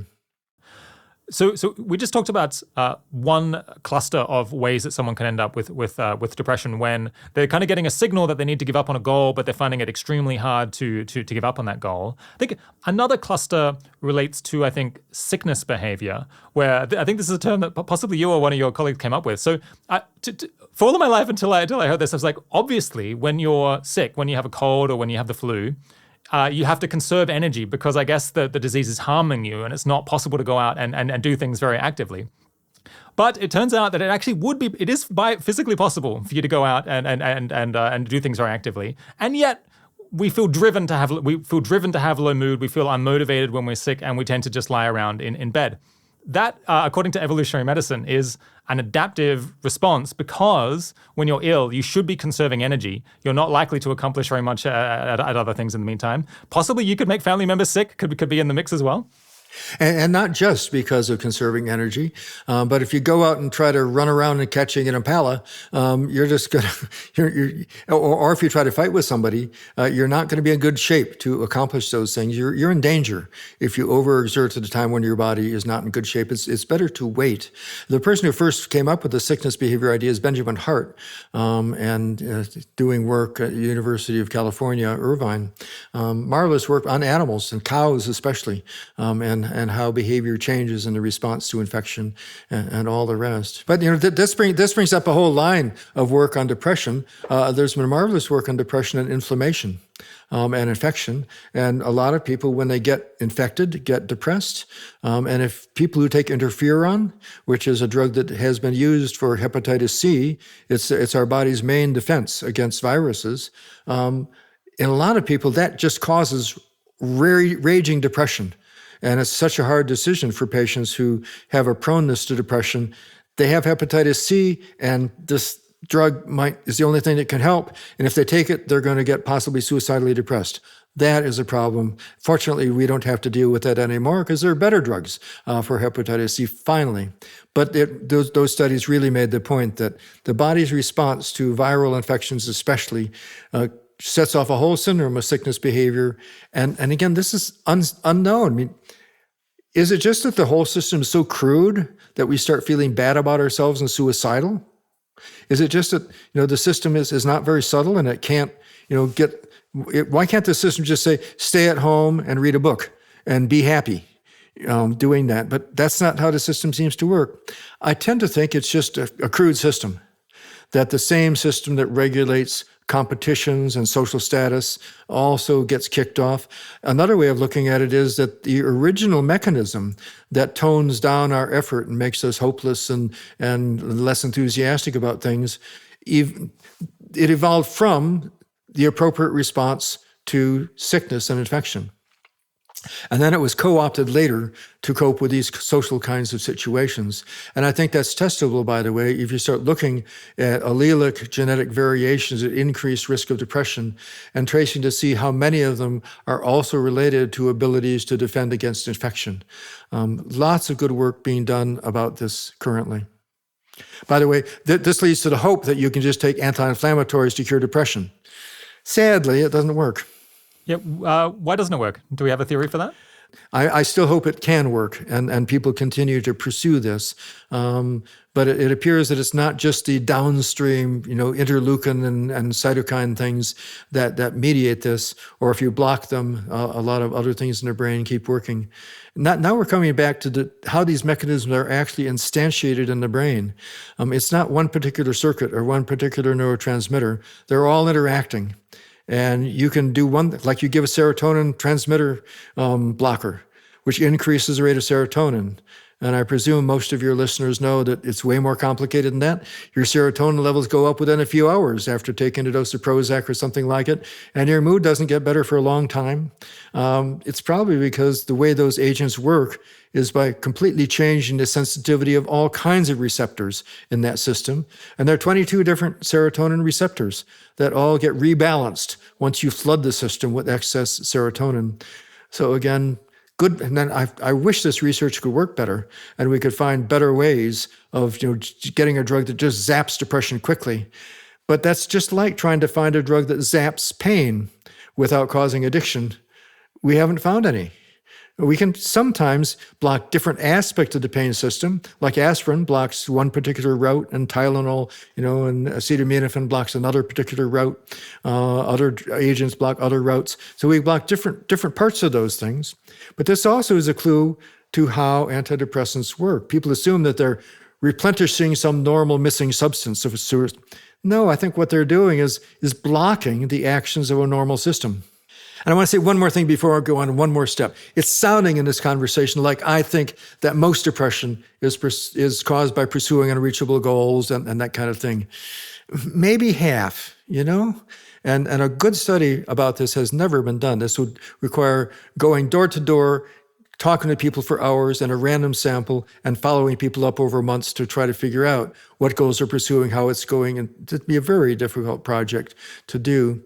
But in my experience, and the second chapter of mine is called When the Moodostat Fails. And that indicates that some depression is, at least aroused by kind of normal things, even if it's overshooting. Other depression comes from the damn system is broken. And there are a lot of people who come into the clinic and say, I'm depressed, like my mother, like my brother who killed himself, like my grandfather who killed himself. And that's a different question. That's the question of, why is it that genes that, make some people more prone to depression than others persist in the population? A whole different question. And these people, I think there are a lot of people who really do have a brain disease. So, and we shouldn't argue about it's all social or it's all caused by events or it's all genes. It's interactions for most people, and some people are at one extreme or the other. Yeah, I was going to say, there's probably a whole lot of different causes. Is there another big cluster of causes of depression? I guess you were describing there the moodostat being broken, which I think is associated with a type of bipolar in particular, or I guess people where their entire family suffers from depression frequently. Some people have hereditary bipolar illness, but there can be hereditary unipolar illness of depression as well. Is there another cluster that we haven't talked about very much of kind of an evolutionary explanation for how people can end up depressed? So a number of people, Ed Hagen has written a nice article in the Canadian Journal of Psychiatry about different origins of depression, and Marcus Rentala has written a chapter in the new handbook of evolutionary psychiatry, listing, he calls them different subtypes of depression. I would call them depression arising from different kinds of situations. And where I differ with some of my evolutionary colleagues in this area is that instead of assuming that there are different subtypes, it seems to me there's a global situation that ties all low mood and depression together. That is, situations in which it's best to pull back, not to so much be pessimistic and inhibit your enthusiasm. And that can range from infection to losing a battle to, being in the winter in a cave in the northern Europe, or being in the savannah in a dry period when there's no game to be chased and killed, or being in a marriage that isn't working and you don't know. And do all of these shape distinct kinds of depression? Not distinct, but slightly separate. So I think, there are a whole lot of different kinds of what they all have together, it seems to me, though, is being in a situation where pulling back effort, saving effort, not being enthusiastic is often better. And in modern environments, it's hard to understand that because we're not trapped in a cave. We can go to the grocery store and get food, and we can always see somebody. There's always some opportunity. And now you don't even have to go too far. We can get on Zoom or do a podcast with somebody and try to do something that we hope will be productive. In the book, you do some modeling of the hypothetical kind of reproductive success of organisms that experience big mood swings versus other similar organisms that barely have any mood swings at all. And you kind of look at the environmental circumstances under which one approach beats the other, in which mood is useful versus mood is not helpful. In what circumstances in that model is it indeed worth having big mood swings? So again, let's make a dimension here between individuals who never experience any variation in mood and individuals who have wild swings in mood. More, not so much bipolar, but individuals who more have a more borderline personality where their emotions swing wildly depending on events. For bipolar individuals, it often gets set off by events, but it becomes autonomous from events much, much more often. I mean, first let's just note, humans vary a lot. I mean, there are a lot of people who you talk to them about mood and they say, yeah, I never get very up or down. And you talk to other people, somebody looks at them wrong and they go to bed for the next 3 days. Or somebody says, you're really attractive, and they, think about that constantly and, get wildly excited, or they dump their whole bank account into a new venture to start a new business, even though there's no real business plan to make it work. Someplace in between on average is best. And what you're just suggesting is that whole system might want to be adjusted depending on the situation. And I think that's optimal, isn't it? To adjust your levels of effort so that you put in more effort in situations. I use the word propitiousness. Propitious just means a situation where small efforts pay off big. And unpropitious means a situation where no matter what you do, it's not going to work. So I think there are some patients, some people who just never experience much mood, other people who experience really wild mood swings. And it's fascinating that natural selection has not narrowed that down to a much more narrow distribution. And now I'm going to try to answer your question after that. So sorry for this sideways thing, but there are situations where it's really good to ramp up your effort dramatically. Falling in love, for instance. You're thinking about that constantly and having the opportunity to have a wonderful partner and not seeing anything wrong with that person no matter what. I mean, that's a marvelous thing. And it's one of the most wonderful experiences in life. Some people never experience it. About a third of people in some samples never really experience falling in love. And there are other people who fall in love once and the person doesn't want anything to do with them. They spend the rest of their life just stuck on that person. I mean, both of those extremes are not so good. Paradoxically, each of the people who tend towards both of those extremes have advantages as well as disadvantages. An individual who really gets enthusiastic about things when there's an opportunity has an advantage over a person who's more towards the middle in some respects. The person who, doesn't get too much bothered by things doesn't get into depression the way other people do. So if I recall in the model, you kind of model basically an organism over time where it can experience high mood, in which case it's inclined to put a lot of effort into trying to, go and collect food and so on. Or it can experience low mood, in which case it kind of stays away and doesn't invest any resources in trying to collect food. And there's and some organisms, they'll fly between high and low mood quite quickly depending on circumstances. And other ones will just put in the same amount of effort into collecting food every day. And basically, which of these strategies, which of these kind of psychological strategies does best in the long run depends on what kind of the cycle is on the food availability, basically, over time. So if it's the case that food being available yesterday is very predictive of food also being highly available today, then you want to have mood swings because you want to say, like, yesterday things went well, now I want to remain motivated. And I want to go all out today and put in a lot of energy in order to try to collect a whole lot of food. If, on the other hand, how things were yesterday doesn't really predict how propitious the situation is today, then there's no point having mood. Then having big mood swings will just cause you to overinvest in effort today, even though you're not likely to get an especially high return. And it was quite fragile in your modeling. It seemed like quite small differences in the parameters could cause a moody or non-moody strategy to win out. And that might help to explain how it is that there is such large variation between people, because it's actually not clear which of these strategies is best overall, given that the circumstances are constantly changing. So I think once this is published, I'm going to go back and listen to what you just said again, because you just made me very happy. You've increased my mood. Thank you, Rob. All right. I think very few people have understood that argument, although I've tried to make it in a few talks. That came from a simple Excel spreadsheet model that I developed and worked on for several years. And Eric Jackson, who is a graduate student with me at University of Michigan, took that and made a much more fancy mathematical model of it. And the upside is just what you say. You put in these parameters and you have a tiny bit of noise into the system about what the payoff is. The pluses plus or minus 10% in each move of the game, and you try to see which strategy works best, stable mood or slight variations or big variations. And guess what? All you do is push the button and run the whole thing again, and it comes out different. Which one wins? Then you've just summarized a really good reason why natural selection would shape a bunch of widely varying mood regulation mechanisms. And why and some individuals in that little mathematical model crash into depression and just stay there. And others win the game, and you push the button and run it again, and then the strategy that won the game last time crashes and dies.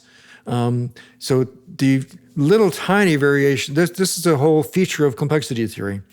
Complexity theory teaches us that minor variations you can hardly tell lead to big variations in outcome.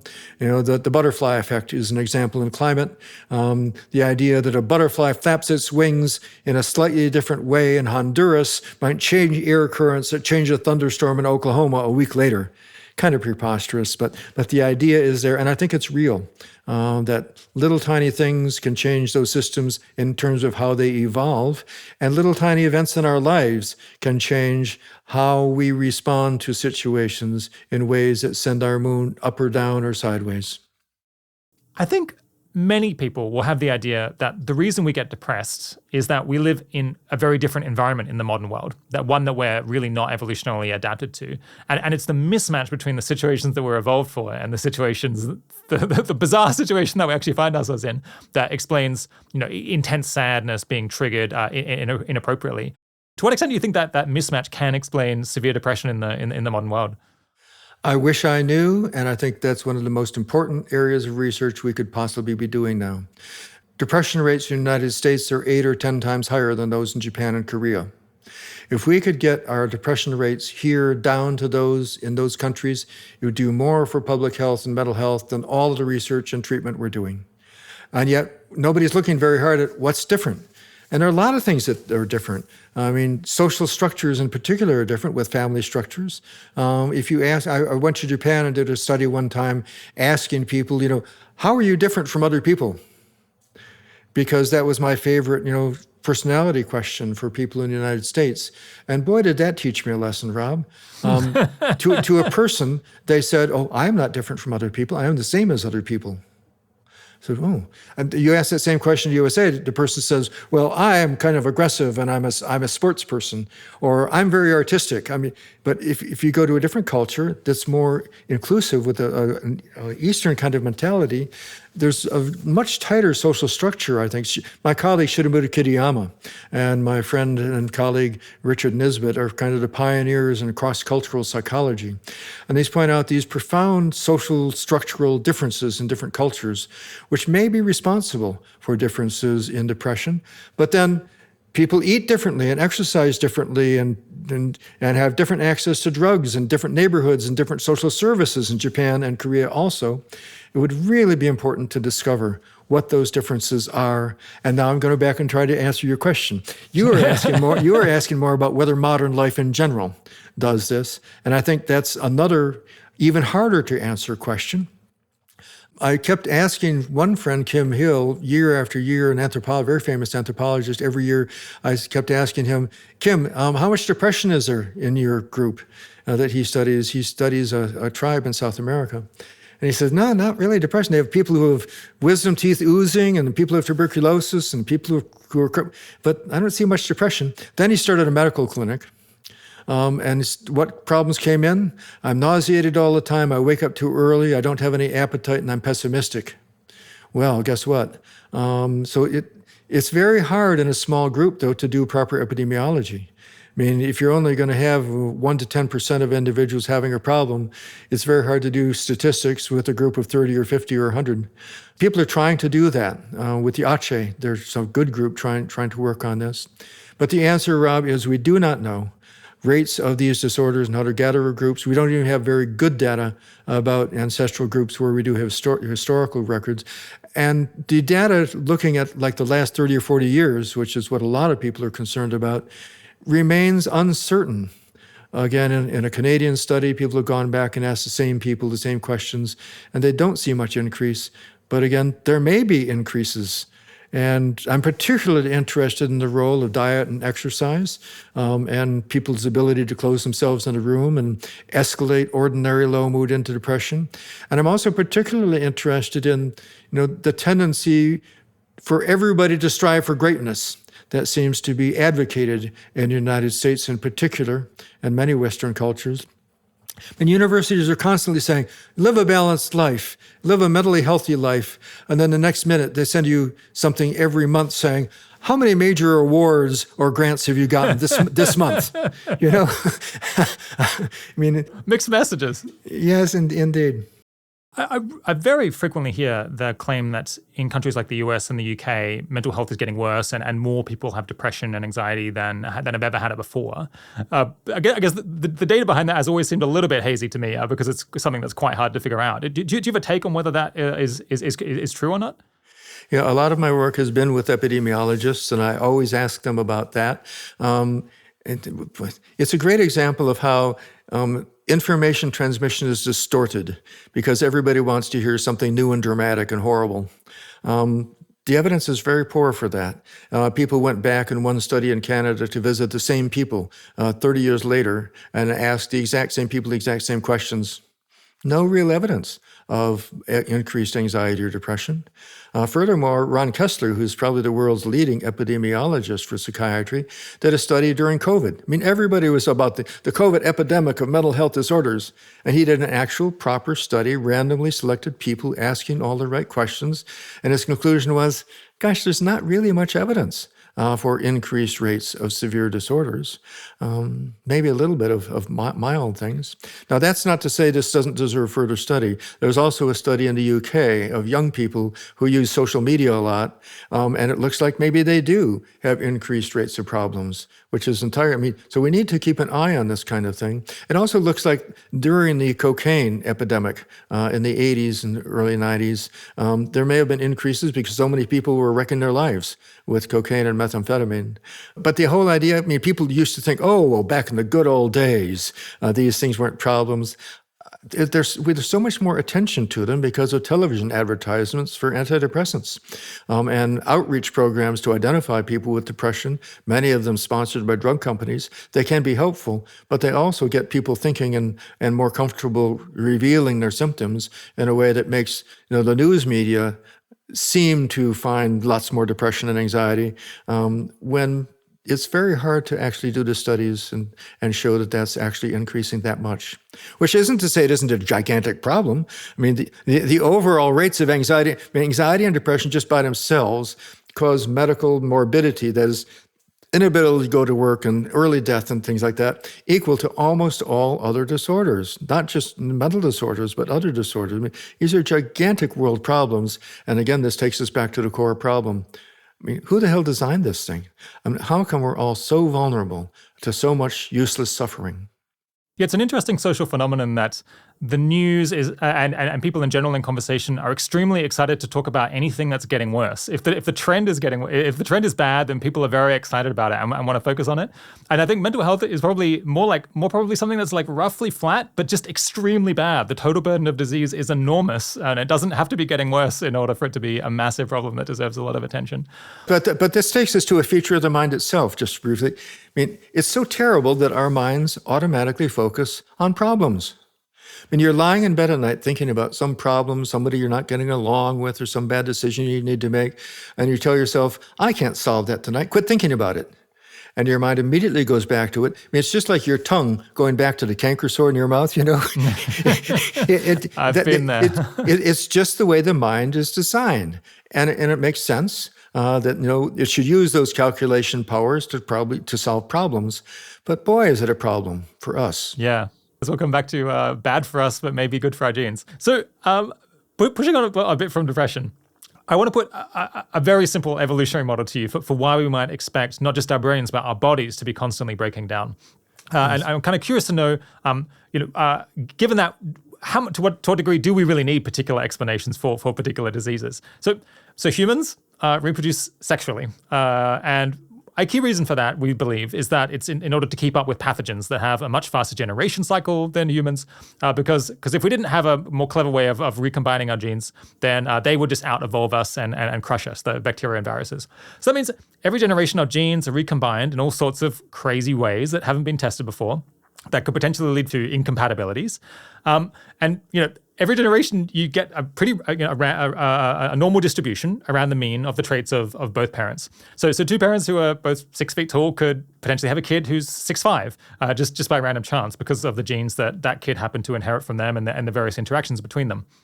Now, if this is true for most important traits, then maybe we should be pretty unsurprised to find that two parents who have a normal mood level could by chance give birth to someone who is really morose or who is really enthusiastic all the time. That they could have just inherited a lot of genes promoting sadness because of bad luck, or maybe they got an unlucky combination of genes, genes that if shared on the same genome clash with one another and somehow produce a bad outcome. So our biology, another factor apart from the combinatorial thing is just that our biology can only do so much to stop random mutations creeping into the genome with every generation as our DNA gets copied. So this kind of constant mutations, constant variations being generated, which creates further potential. It's easier to break things than it is to improve them. So that creates a lot of potential ways for important mechanisms in the body to break down. So the resulting increasing dispersion of traits, the kind of spreading out. I'm putting my hands in the middle and pulling them apart here. That dispersion of traits with each generation is then offset by a stabilizing selection, where kind of the unfortunate people who end up too far on the extremes in either direction on any super important characteristic get weeded out by natural selection because they disproportionately failed to reproduce themselves, because they're either super manic and they end up falling off the edge of a cliff, or they're incredibly morose and they don't get anything done. So some people, end up way too anxious or depressed as a new evolutionary experiment, and they kind of drop out of the gene pool. How much ill health and mental health problems can we explain with that very general evolutionary model? So I think you're spot on in pointing out the way natural selection maintains variation is crucial for understanding this. But there's several levels of variation. I mean, you've emphasized sex, and it does recombine genes, but of course, it doesn't create any new genes or add or subtract any genes from the gene pool. Mutation is another way that new variation comes in. A developmental variation, I think, is underappreciated as a possible source of variation. And in a project I'm working on right now with a biochemist and geneticist at Duke, Fred Neidhout, we're looking at what's called epistasis, and that really is the interaction of genes. So just as you say, the child of those two individuals who are both stable in their mood is going to get a mixture of genes, but the reason that child is different is because those genes interact differently with each other. And we're thinking that this may well help to explain why so many disorders, including even things like schizophrenia and autism, are highly heritable. That means that whether you get them or not depends on what genes you have, but we can't find any specific genes of big effects. It's thousands and thousands of genes of minuscule effects. And our idea is that it's this epistatic interactions of genes that might account for both the heritability and phenotypic or disease differences between individuals. But that's turning out to be a very tricky project, both mathematically in terms of our modeling and in terms of trying to catch up with a very difficult literature. I mean, evolutionary biologists have been thinking for about 100 years now about why variation persists. R.A. Fisher was very deep into this, and Haldane was deep into this.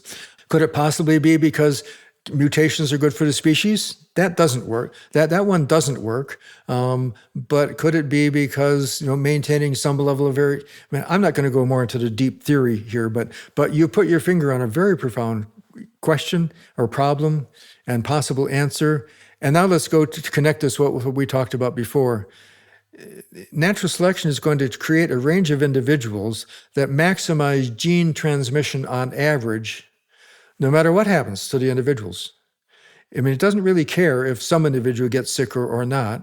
It ends up shaping systems that maximize gene transmission. And my other research on this is what's called cliff edge effects.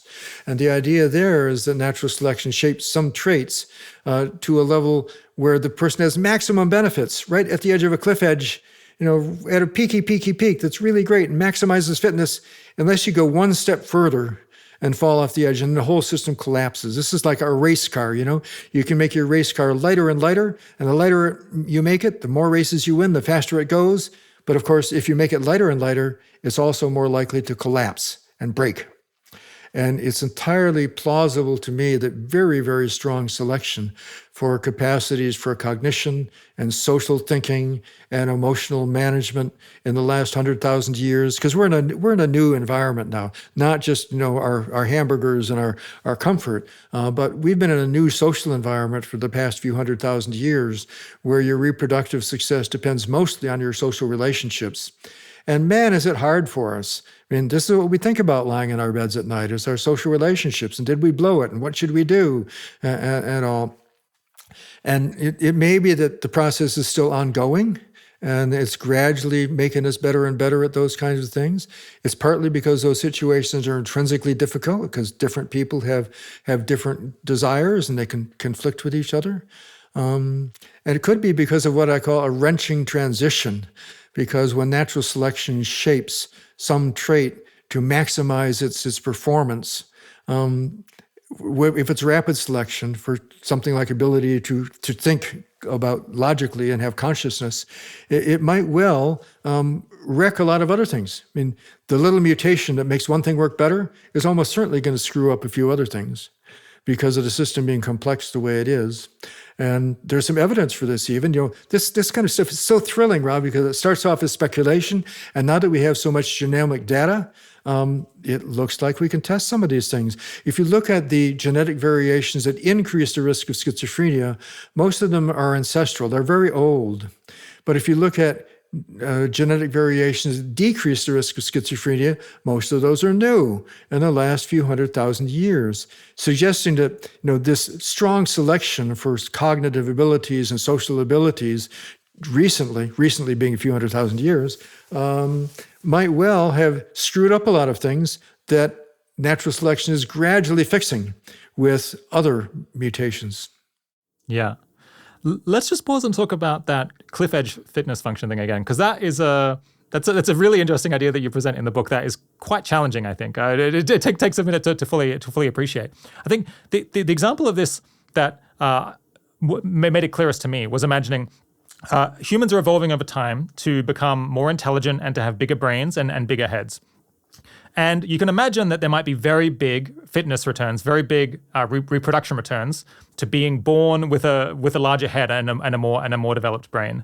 But as the head of an infant gets bigger and bigger, every so often this is going to cause the death of both the baby and the mother, because the baby is no longer able to, they have to come out at some point. And in fact, humans come out of the womb extremely undeveloped relative to other animals. They can almost barely survive when they're out relative to many other species. But at the point it comes out, if it's too big, then both the mother and the baby can die.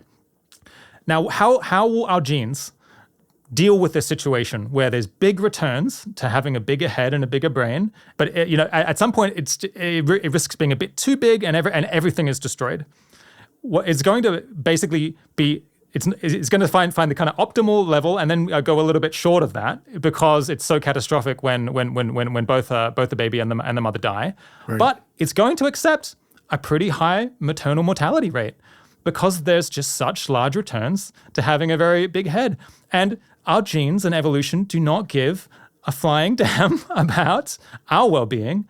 If 10% of mothers and babies dying maximizes the expected reproduction because the other 90% are doing really well, that's just collateral damage that our genes and evolution will accept. Right. So this is something you elaborate on in the book a whole bunch, and you apply it to the case of schizophrenia, where it might be that having a modest amount of the genes that cause schizophrenia is good for us, but then if you tip over too far, then you could end up with an extreme case where reproductive fitness is massively damaged.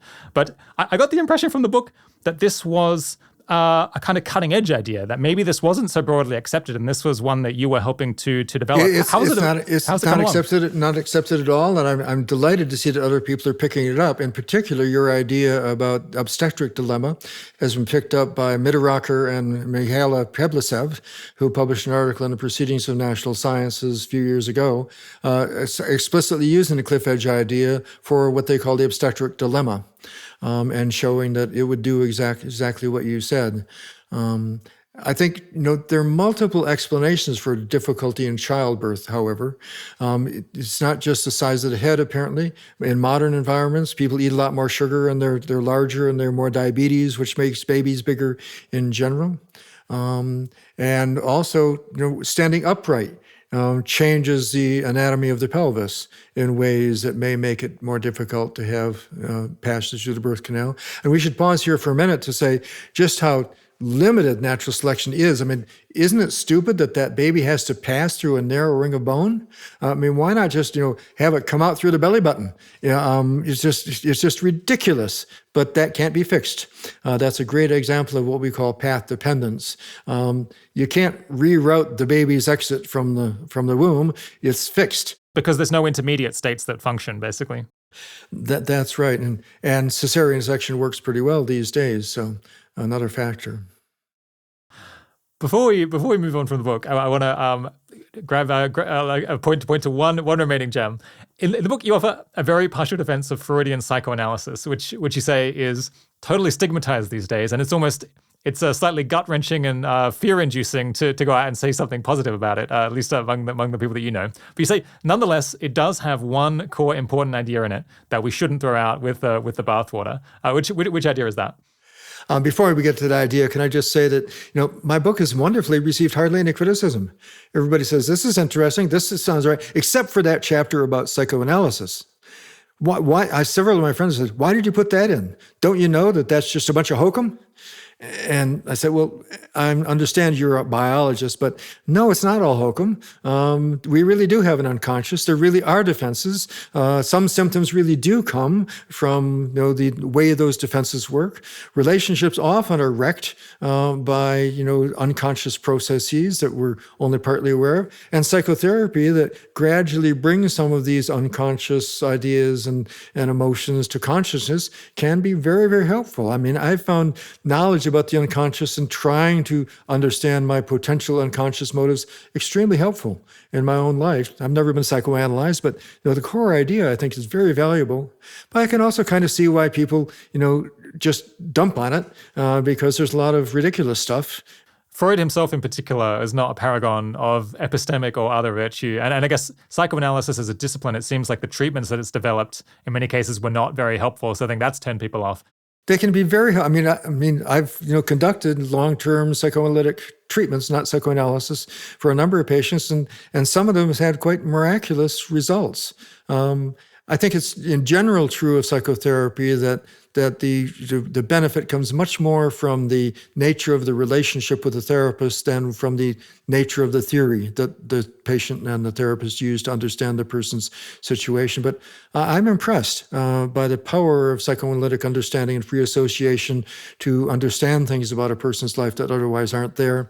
On the other hand, the one thing, I'm now going to finally answer your question, that I find especially valuable is trying to understand how natural selection, or we very often believe we don't have motives that we really have.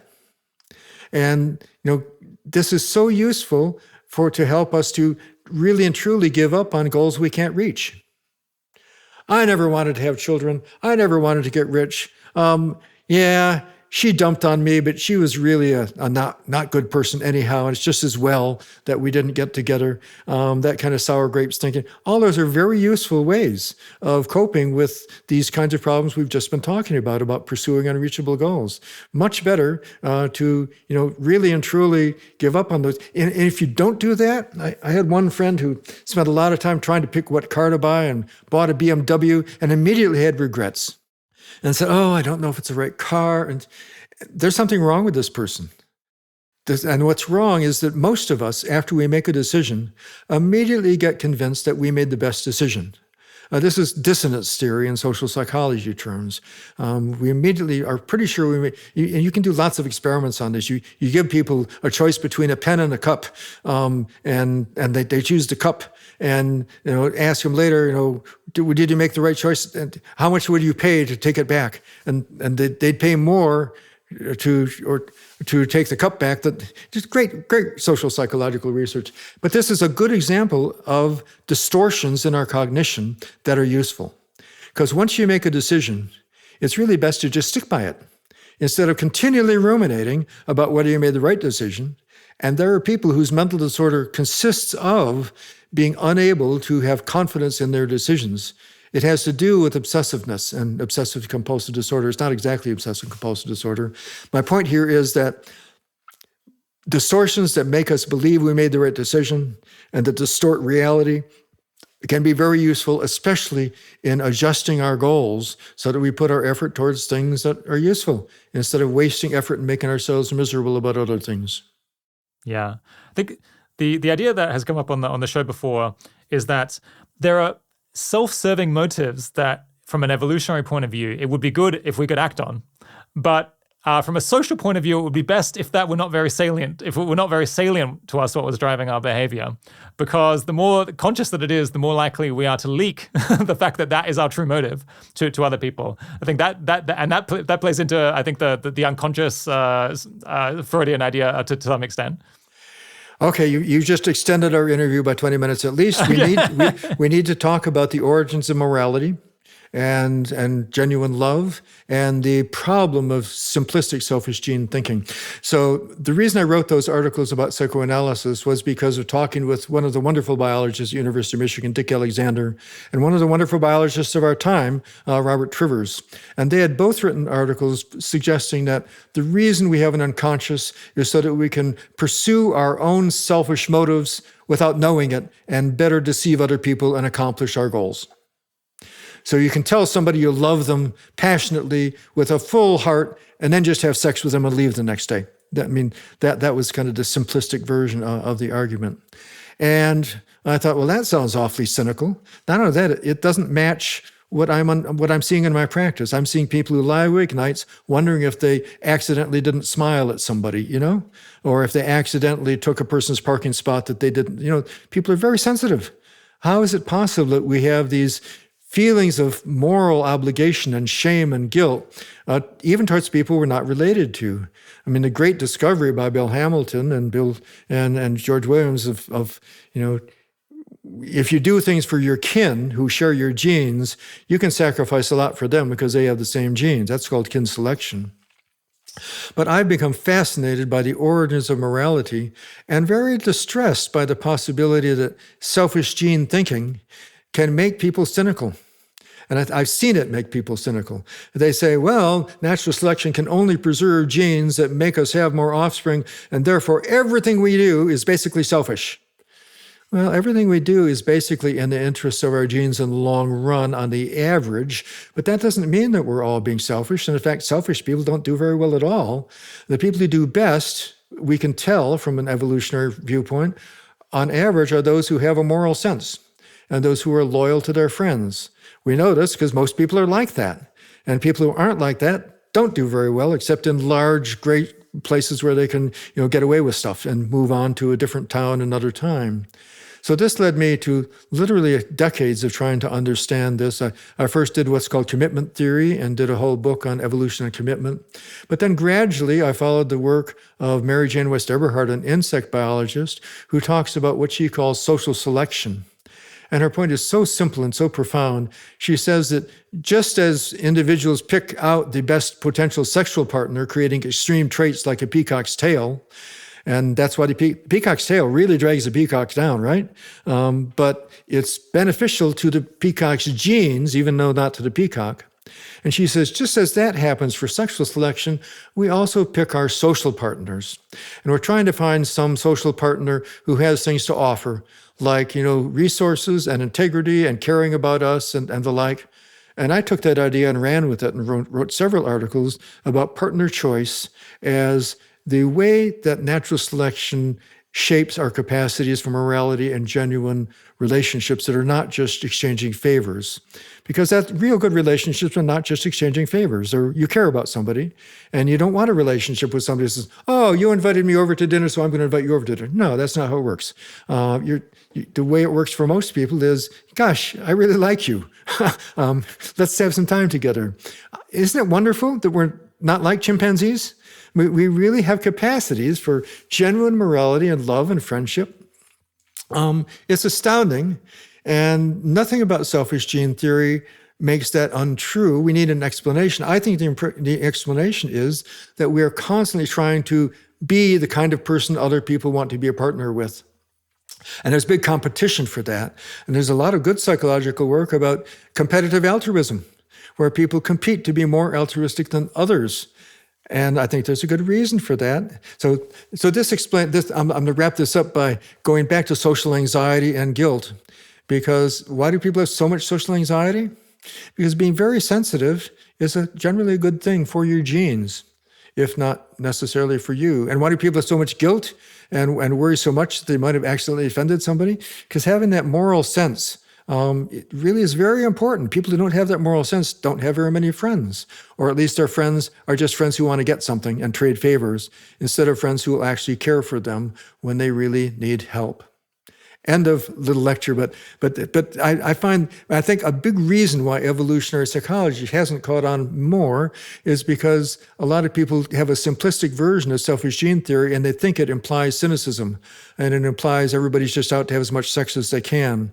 But taking a step back and looking at how natural selection shapes our capacities for morality and loving relationships, I think is the antidote that can make all of this grow in a healthy way.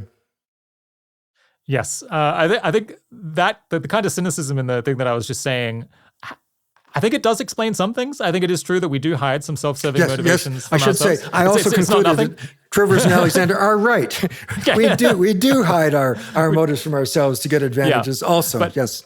But it's a bit of it's a slightly dangerous idea, I think, because I've seen some people latch onto this, and it just becomes a hammer. Then they just want to hit every nail basically with this explanation. Anytime someone does something, they just claim that it's self-serving, and it's very hard to disprove because of these kind of cynical explanations. You ran into a building to rescue your child. That wasn't altruistic. You were just doing it for your genes, right? Yeah.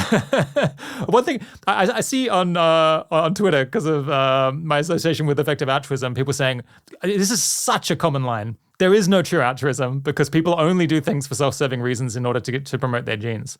Well, I was wondering, no one says there's no true anger because people only express anger or appear to act angry in order to promote their genes. It's clear that people do have sincere anger, or they certainly experience it and act on it. That's wonderful. So I think in the long run, this might be my most important contribution. And I need to get back to writing about it. I'll emphasize that Peter Hammerstein has written about this with Ronald Noyes. Noyes is an economist, and they've written a lot about partner choice, which is essentially the same thing. They don't quite emphasize as much as I do the capacity of this to create human morality and guilt and the emotional aspects of it. But I think this isn't just my idea, but it hasn't been appreciated nearly as much as I think it could be appreciated as a place for generating extreme traits that are bad for the individual, but good for that individual's genes and for that individual's relationships. Yeah. I've been hoping to get Richard Wrangham on the show at some point to talk about the domestication hypothesis. There's actually quite a dark side to this whole thing of how we became He has moral. a very different view of these origins, and Really? he points out that people who don't do the right things are liable to get killed. Right. I was going to say that's the dark side. Is that you don't think that's you don't think, I mean, this is a real rabbit hole. But it happens, and I think that's that is the dark side, which is the opposite selection force. But I think he minimizes the importance of who you get to be partners with, and it's really, let's go one step further on this. This creates unfairness because those people who have the most resources and can afford to offer the most to other people, and they can afford to be honest, and they can afford to be loyal, and not only that, because they have resources and are loyal and are honest and are empathic, they get the best partners. So all these people who have the most to offer pair up with each other, and people at the middle pair up with each other. And this ends up with a lot of people not having many opportunities for good relationships where they're going to get mutual benefits. And this is kind of like the structure of society. And it's not so easy for people who, either are not blessed with a lot of empathy or don't have a lot of other resources or are not very attractive. And I think those of us who have advantages shouldn't just say how great we're doing. It's this whole process of shaping things by partner choice can be pretty brutal for other people. Okay, I want to move on from good reasons for bad feelings in particular and think about how evolutionary reasoning might be able to improve medicine more generally, not just in mental health.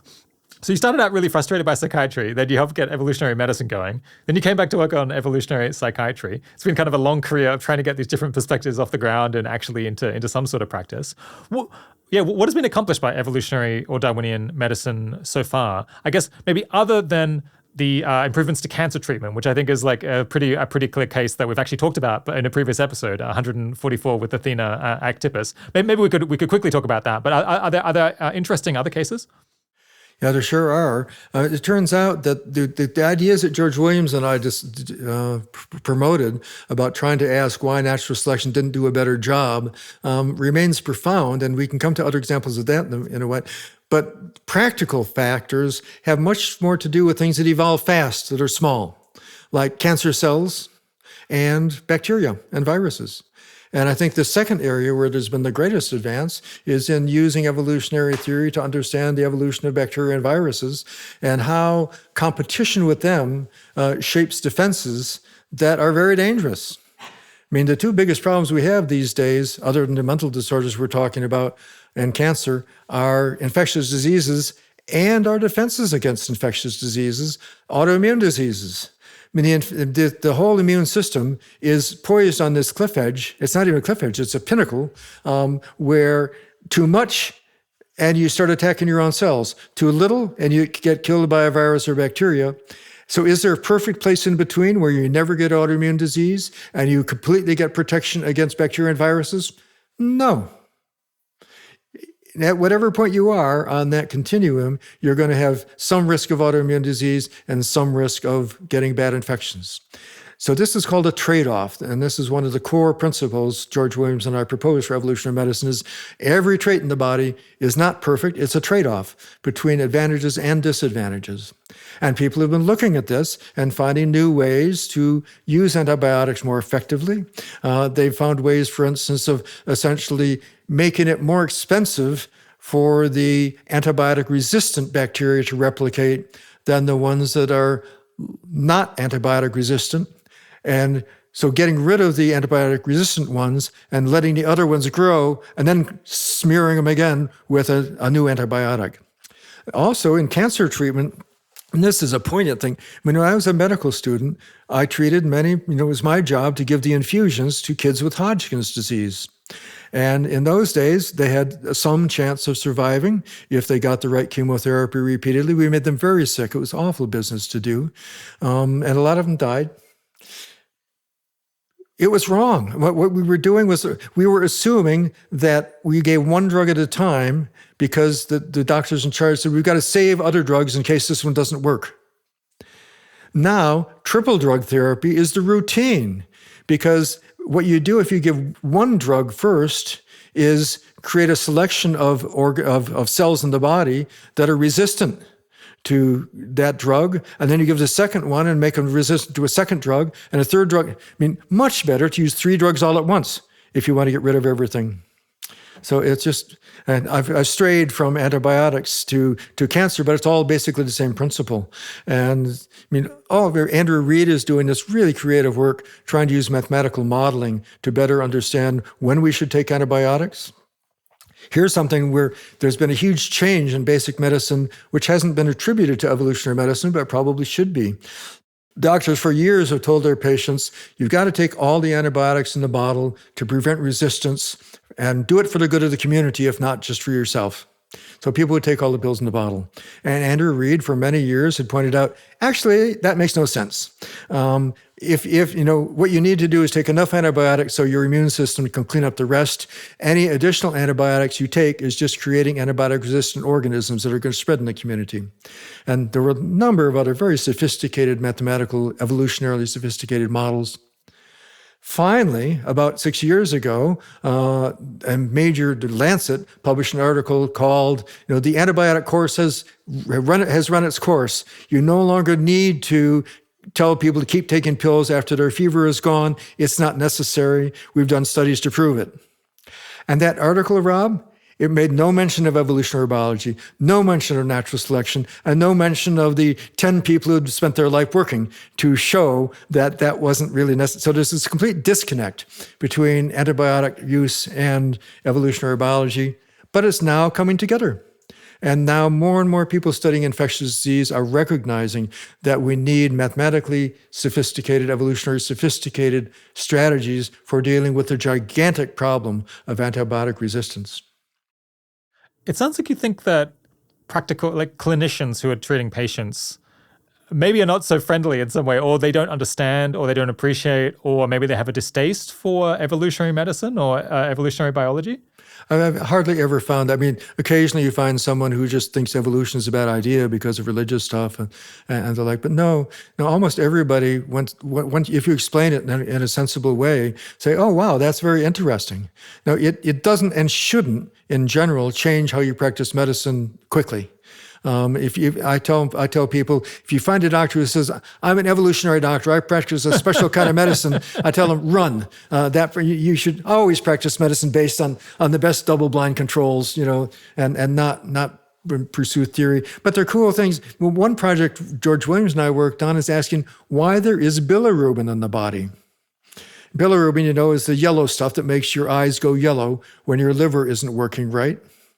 And so, but it's very weird because it's toxic, it's hard to excrete, and the body spends energy to make it from biliverdin, which is a hemoglobin breakdown product. Why does the body do that?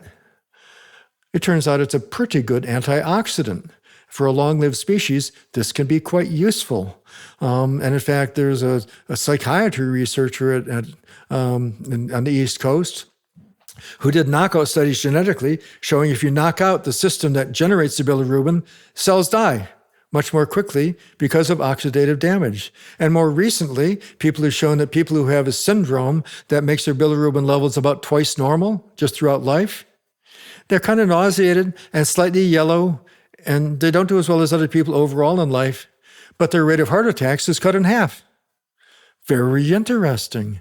And now people are suggesting that you might in fact want to increase people's bilirubin levels in certain circumstances as a therapy.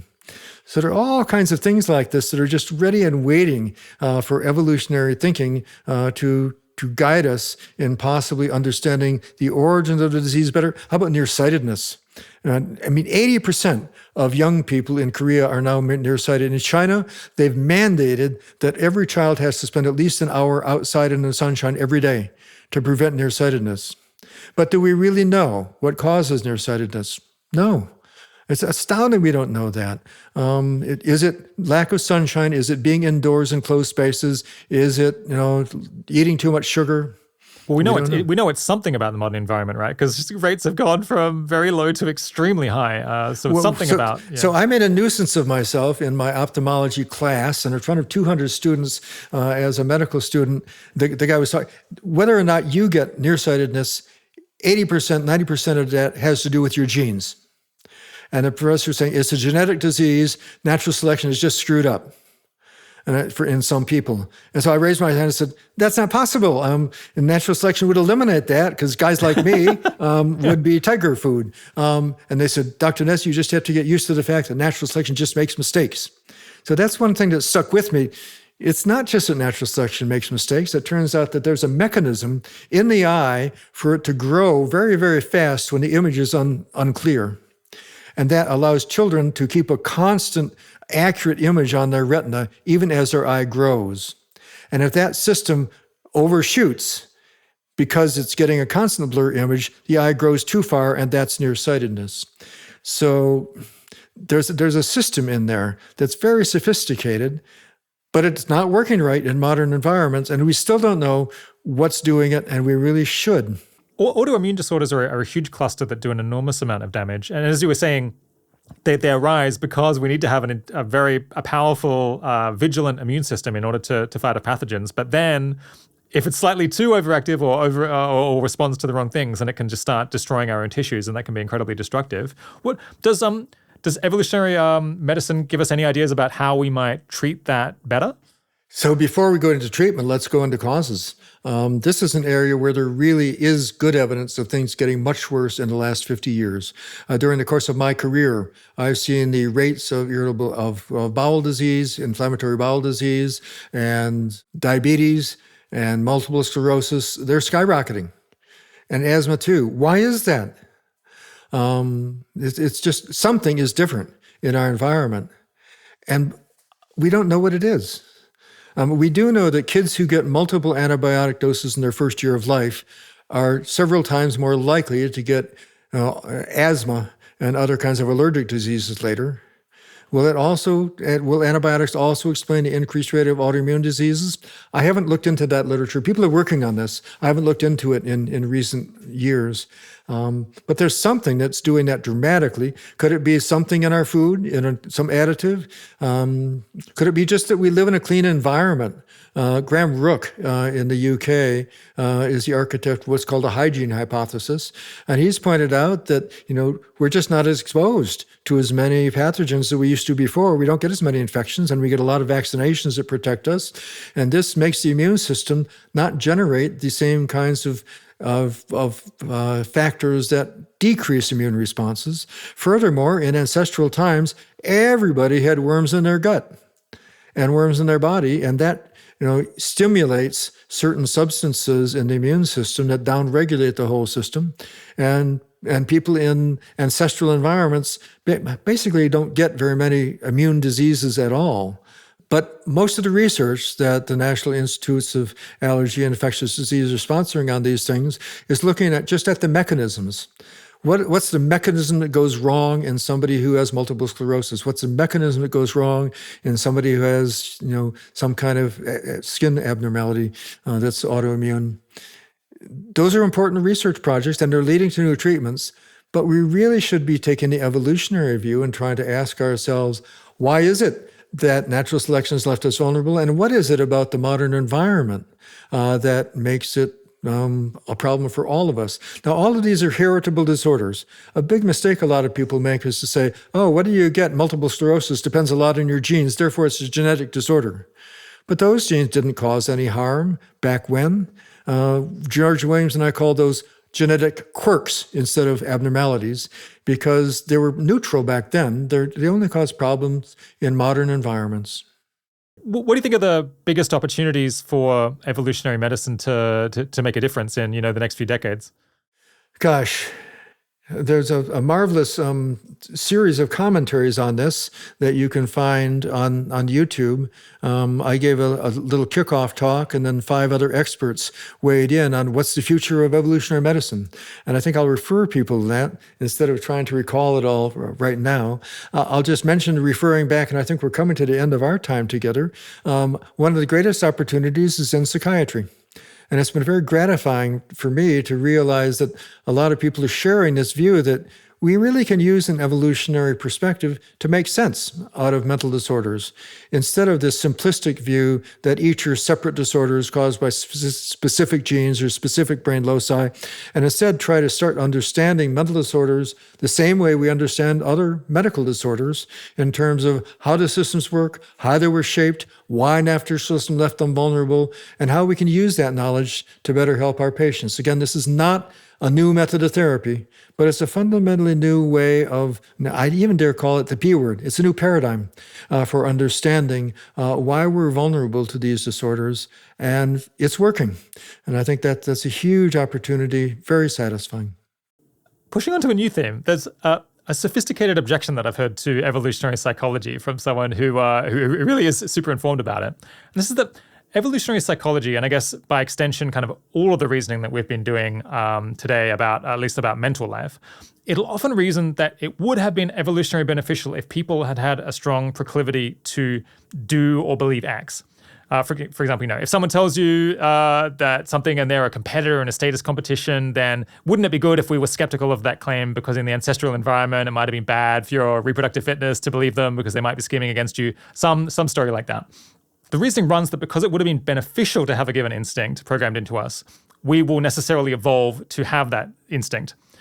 But obviously there's a lot of sense to that. It's a good starting point. But there are many ways that kind of psychological tendencies, which would have been good for us and might be good for us now, even from our genes point of view, might just fail to arise. So, I mean, one key reason would be that there might just be no practical way for it to evolve. So we only have, astonishingly, about 20,000 genes in the human genome, coding for about 100,000 proteins. The entire human genome, including all junk DNA, is only about 700 megabytes long. And if you focus just on the clearly functional gene parts of it, the protein coding parts, it would be 25 megabytes of data. So most of those genes are dealing with internal organs other than the brain or the nervous system. They're just making the gut work or the heart function. And so there's just not a lot of material. There's not a lot of data going into the production of actually producing a brain. And obviously the brain has to be kind of like networked from nothing, basically, just based on some pretty broad instructions. You've gone on from a generalized critique of evolutionary psychology to the possibility that, the genes don't have enough power to do what needs to be done. So let me take for part one first, and I'm going to take it up to the next level, Rob. I think there is a general tendency that we do have that's dramatically illustrated by the controversies about evolutionary psychology. And that tendency is for people to take simplistic views that are all positive or all negative about any group, and then stick with those and either attack it constantly or support it constantly. It's one of the deepest tendencies in human nature, it seems to me, and it's exemplified by these debates about evolutionary psychology. I encourage people not to participate in them because it doesn't get you anyplace. I mean, you might as well talk about the Irish or about men or about any group, This person actually isn't against evolutionary psychology. This critique, I think, is not about that. It doesn't matter. I mean, okay, any generalizations about a field, don't do that. And astrology, okay, if you want to criticize astrology, it's not grounded in science. Okay. But we know natural selection acts. We know evolution is responsible for why organisms are the way they are.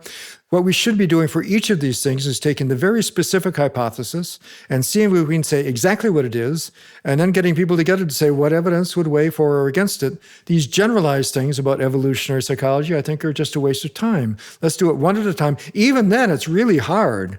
I think you mentioned at one point something about the preference for mates in mid-cycle, women in mid-cycle. Well, that's a very famous hypothesis, yeah. I convened a group in London when I was in sabbatical in 2002. Specifically, I wanted this group to come up with standards of evidence for evolutionary psychology. And the first thing we were going to do is all agree on whether or not that hypothesis was true. And after 4 meetings, half the people said, well, it's obviously true. It has to be. And the other 4 people said, it's ridiculous. Obviously, it's ridiculous. That's a really gross simplification for some very smart people making good arguments. But it was a real lesson for me. That people take sides and then they defend whatever side they're on. As for evolutionary psychiatry, I mean, you can't be for or against evolutionary psychiatry. It's just using a basic science, however we possibly can, to better understand why we're vulnerable to mental disorders. It's not a method of treatment that works or doesn't work. It's just adding in a basic science. And by the way, we're just getting started on it. And it's going to take a lot of time and a lot of people's effort to actually figure out how to make the best use. We're going to make a lot of mistakes along the way because that always happens.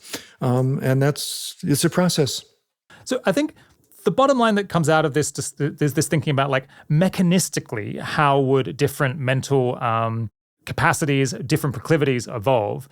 Isn't that evolution hasn't shaped our minds, or evolution hasn't shaped our character, or what things were, or how we react to things? Obviously, it has. Obviously, we want food and we find it delicious because that helped us to survive. I think the thing that comes out of it is that the more specific a hypothesis is, the more it's saying that in this like very narrow circumstance, or in this very particular case that only describes 2% of experience in the ancestral environment, if there's a particular behavior that would have been good in that, maybe evolution just doesn't have the selection power, or like it doesn't have enough genes, or just doesn't have enough selection power to program for something that would not be beneficial, like a sufficient fraction of the time. So I don't think the argument that there are not enough genes works, because we know that 90% of the alleles that influence mental disorders are not protein coding. They're sitting in what we used to call junk DNA. And I've done a number of projects recently just looking at how we can use all the information in the genome to better understand why some people are vulnerable and why people aren't. So I don't think that argument works, and our minds work. I mean, we can do calculus, for God's sake. Natural selection never shaped that. It's just astounding, the things that we can do, and these are basically epiphenomena. They're not shaped by natural selection, but they're pretty neat things that we can do, even aside from direct actions of natural selection. But the argument that there's variation that leaves some people vulnerable, however, is a very good one. And that's because I think on the average, fitness functions are fairly flat, and a lot of wide variation is not going to influence fitness all that much. You could talk about that as weakness of natural selection, but it really is that selection forces are going different directions for different people in different environments, and therefore we maintain a lot of variation, both genetically and phenotypically. And then there are all these genetic interactions with each other that I mentioned before. So there's a lot of things going on here. Again, we're going way beyond what's known, but it's so exciting that we're now getting this genomic data that makes it possible to actually assess some of these ideas. Yeah. What have you learned over the years about how to best weed out evolutionary explanations for why we are the way we are that are actually correct versus ones that are, plausible and have some reasonable theoretical basis, but are, as it turns out, just red herrings? So I'd refer people to my article about 10 questions to ask about evolutionary explanations for disease, where I lay it out. It's not as simple as I would like it to be, and I'm not even going to try to summarize it here, except to say, even framing exactly what the hypothesis is usually very difficult. And there's a huge distinction that needs to be made between hypotheses about why we all have traits. I mean, why do we all like sexual partners of a certain appearance? Or why do we find, foul, why do we find feces disgusting? There are things we all have in common that are simple like that. But most of the more interesting ideas are about what we call facultative adaptations, basically responses that go off in a certain circumstance. And, if you're in a cold environment, you shiver. If you're in a hot environment, you sweat. Those are facultative adaptations. Natural selection has shaped mechanisms that detect the situation and set off an appropriate response. And much of our behavior is also a product of those kinds of facultative adaptations, but the situations are not as specific as being cold or being hot. There are situations like somebody looks at you and you're trying to tell if they want to have sex with you or they want you to pass them the butter. And and so this idea that there are simple, discrete mechanisms for each situation, I don't think that's right. But a lot of people disagree with me about that, and I think this is going to be a continuing issue that people will work on over coming years. Okay, let's talk about this topic that you've been kind of itching to raise, which is about striving and careers and the unhappiness that can result. So this is in part a show about how working hard to figure out how we can make the world a better place is maybe something that people ought to be doing. And I don't actually think that listeners to this show have worse mental health than the background rate, but I think they are more likely to have a very particular kind of archetypal mental health problem, which is sort of a sadness that results from striving, where people who are doing very well and impressive stuff by any objective measure, nonetheless feel like they're falling short of their own very high standards. And this is something that we've talked about on the show before in episode 149, Tim LeBon, on how altruistic perfectionism is self-defeating, and episode 100, having a successful career with depression, anxiety, and imposter syndrome. Do you have any particular evolutionary psychiatry take on what a career or a big altruistic ambition represents for people? So in my really first big article about evolutionary psychiatry and especially about mood, it was actually the first article published in the new millennium in the best journal in psychiatry. I speculated about, so what the heck could explain this general tendency for depression? And it seemed to me possible that a tendency to strive for grand goals, even beyond what was accomplishable, might give certain individuals a big advantage, even though it made most people miserable, because most of us fail.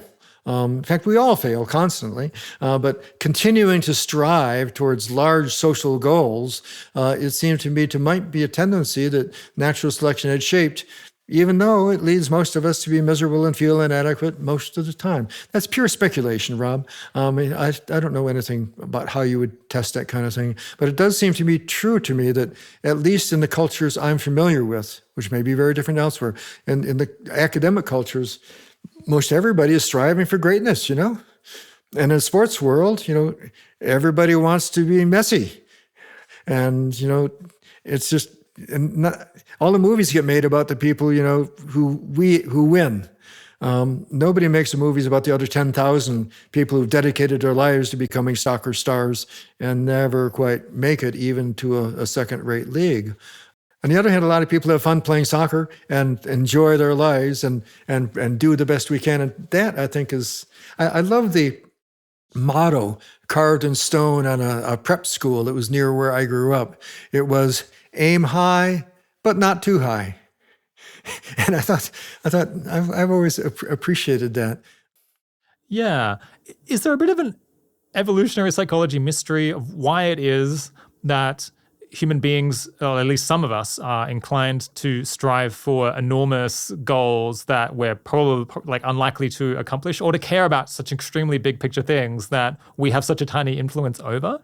Yeah. You could imagine an alternative species like, humans prime, where they tend to just focus on their family, or they tend to just focus on quite narrow things that they can control, and they're satisfied when they accomplish the basic task of finding food and reproducing.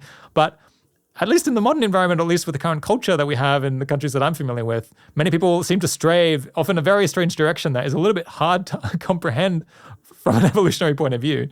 Well, and social media, I think, could well augment this in a way that's quite toxic for a lot of people by leading anybody can become a TikTok star and earn $200,000 a year starting next year and something. And so I think it encourages a lot of people to, put a lot of effort into things that on the average never pay off. But for a few people, they do. And those are the only people that we see. We don't see everybody else struggling and striving. But I haven't answered your question about, I think before taking another step, though, this is an area where making generalizations about human nature just from modern Western cultures is a mistake.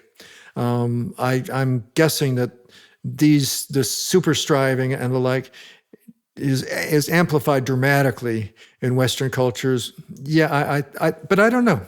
This would be a good question for Shinobu Kitayama and Richard Nisbett. Maybe you'd like to have them on sometime and talk about cross-cultural psychology. It's very relevant to their kinds of work. I feel like I'm really torn on this question of whether having a big ambitious goal is bad for people's mental health or not. Because there's one narrative on which having a very ambitious goal makes you more vulnerable to anxiety and depression because you're going to be very worried that you're going to fail at it because you probably will fail at it, and it makes you more likely to be depressed because when you fail at it, you're going to feel unhappy with that and feel like you've fallen short. On the other hand, there's this other narrative that having a big goal in life, a goal bigger than yourself, is really motivating, and people find that exciting, and that it's exhilarating. It gives you a reason to get up in the morning. I guess both of these could be true for different people, depending on their psychology. There's good research on this, actually. Two psychologists in Florida named Carver and Shire have done a whole lifetime of research showing that mood is not a product of what you get or don't get. Mood is a product of your rate of progress towards your current goals. What a profound insight. And clinically, this means that, and they've done stories of people or studies of people pursuing mazes and all kinds of things. And it's true. I think the happiest lives are people who have goals that they can make steady progress towards. And it doesn't matter whether you ever get there.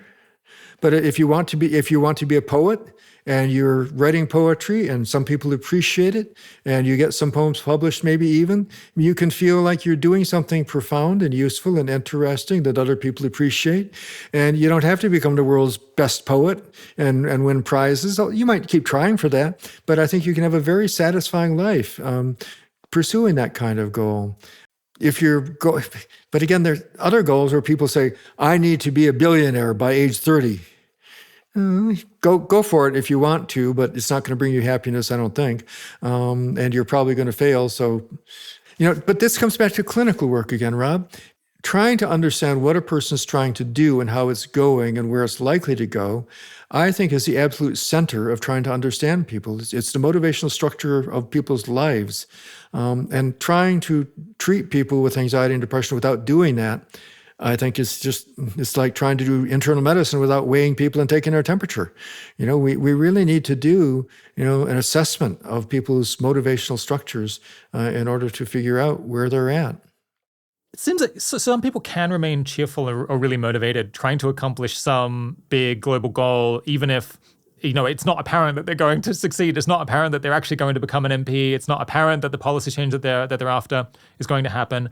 And I wonder what is happening in their minds in this structure where what matters is making progress towards the goal, not necessarily accomplishing it. I wonder if some people are inclined to think, well, each day I go into work, I try to get this massive policy change at the national level, and they feel like when they're doing work, when they're kind of getting intermediate outputs, when people are, they persuaded one person of their point of view.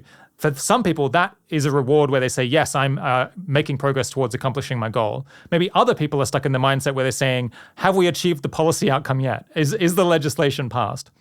And whenever the answer comes back no, then they feel like I'm not making progress towards my goal, and so they feel like very beaten down when after a long period of time, maybe years working at something, they haven't accomplished the ultimate big outcome that they were seeking. Does that seem like? I guess I wonder, how can people try aim for big goals without becoming miserable?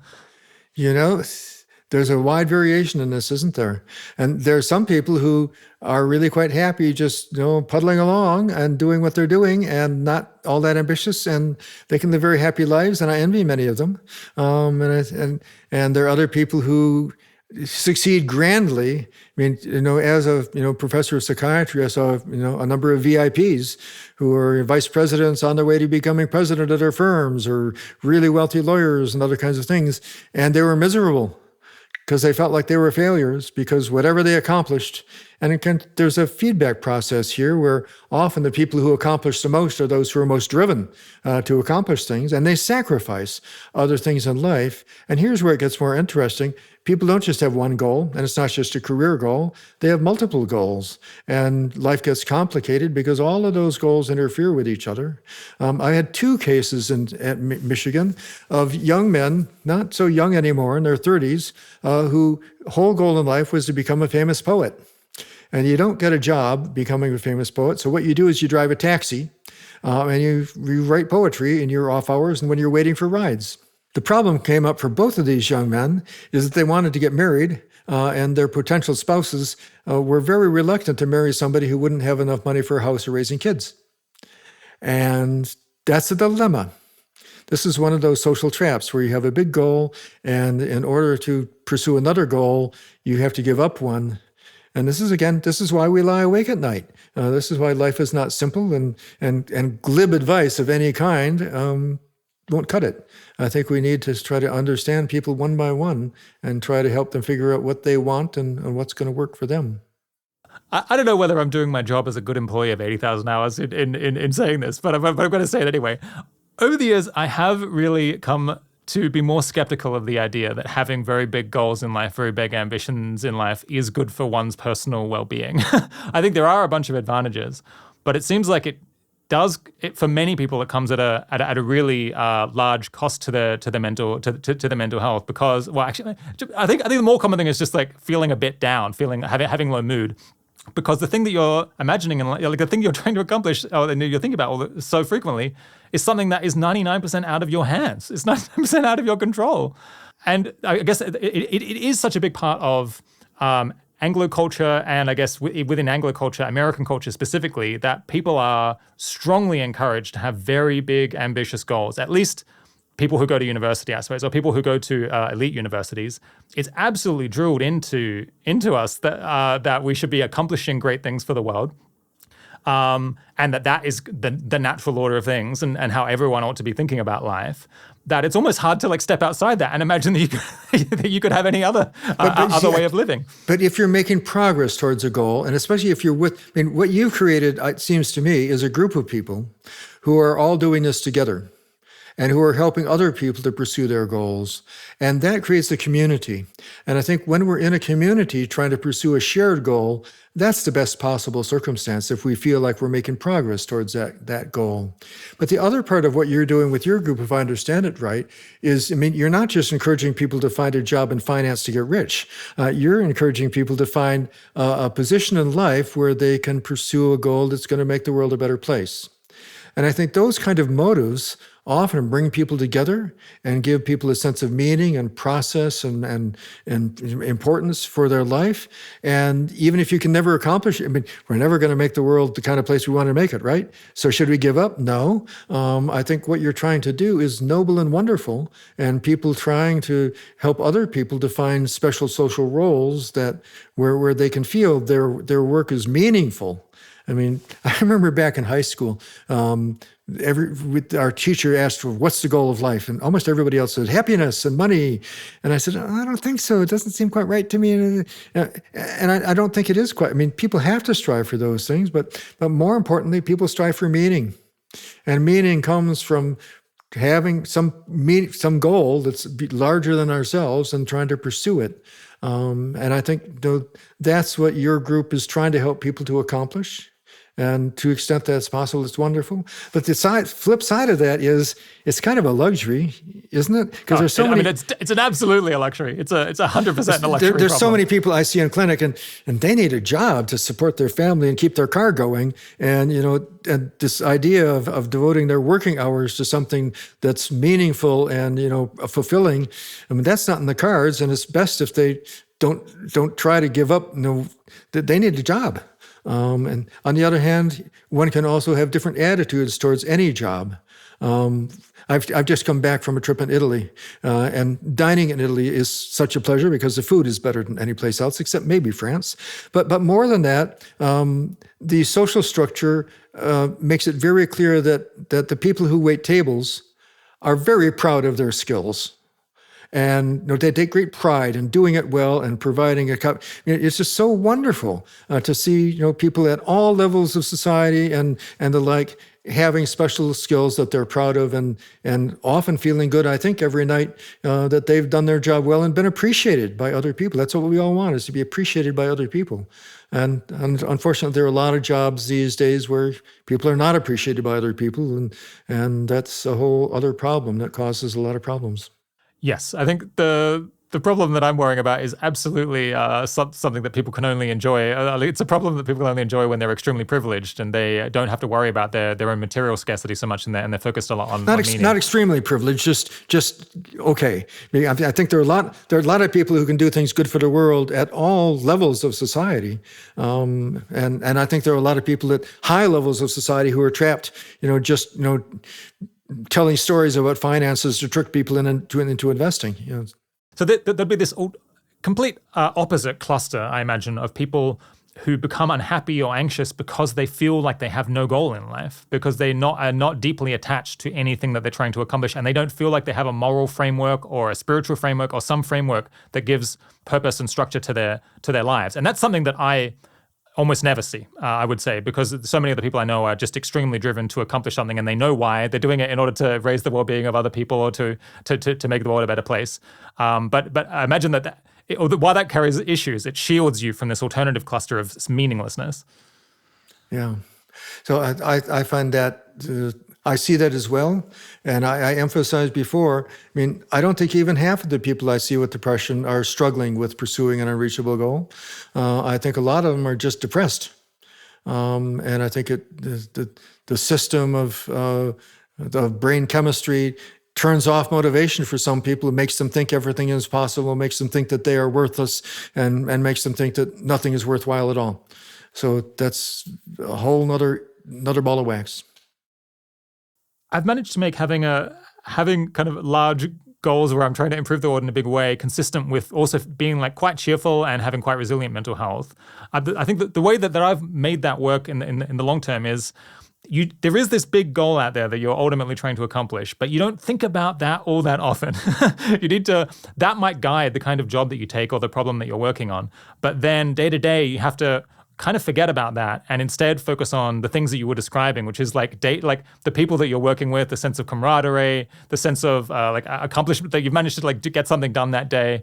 You need to like then shrink your ambitions on a day-to-day basis to something where you do have much more control over what is possible. And also, I mean, I think that there's something to be said for aiming high, but then also predicting how much you're going, like saying realistically, I'm only going to get halfway towards what would like be imaginably possible. Yeah. So can I tell you about my life and career for a moment, Rob? Please go for it. I've been going for 40 years now, trying to bring evolutionary biology to medicine as a basic science that's been missing from medicine. And I mean, just this week, I've been extremely enthused because I'm writing the foreword for a book about how evolutionary medicine is transforming cancer understanding and treatment in positive ways. It's made me feel like, hey, maybe this book that I wrote, 30 years ago inspired people to do things that are actually improving human health. So that kind of thing, on the other hand, is my goal going to be achieved? No medical school teaches evolutionary biology really at all.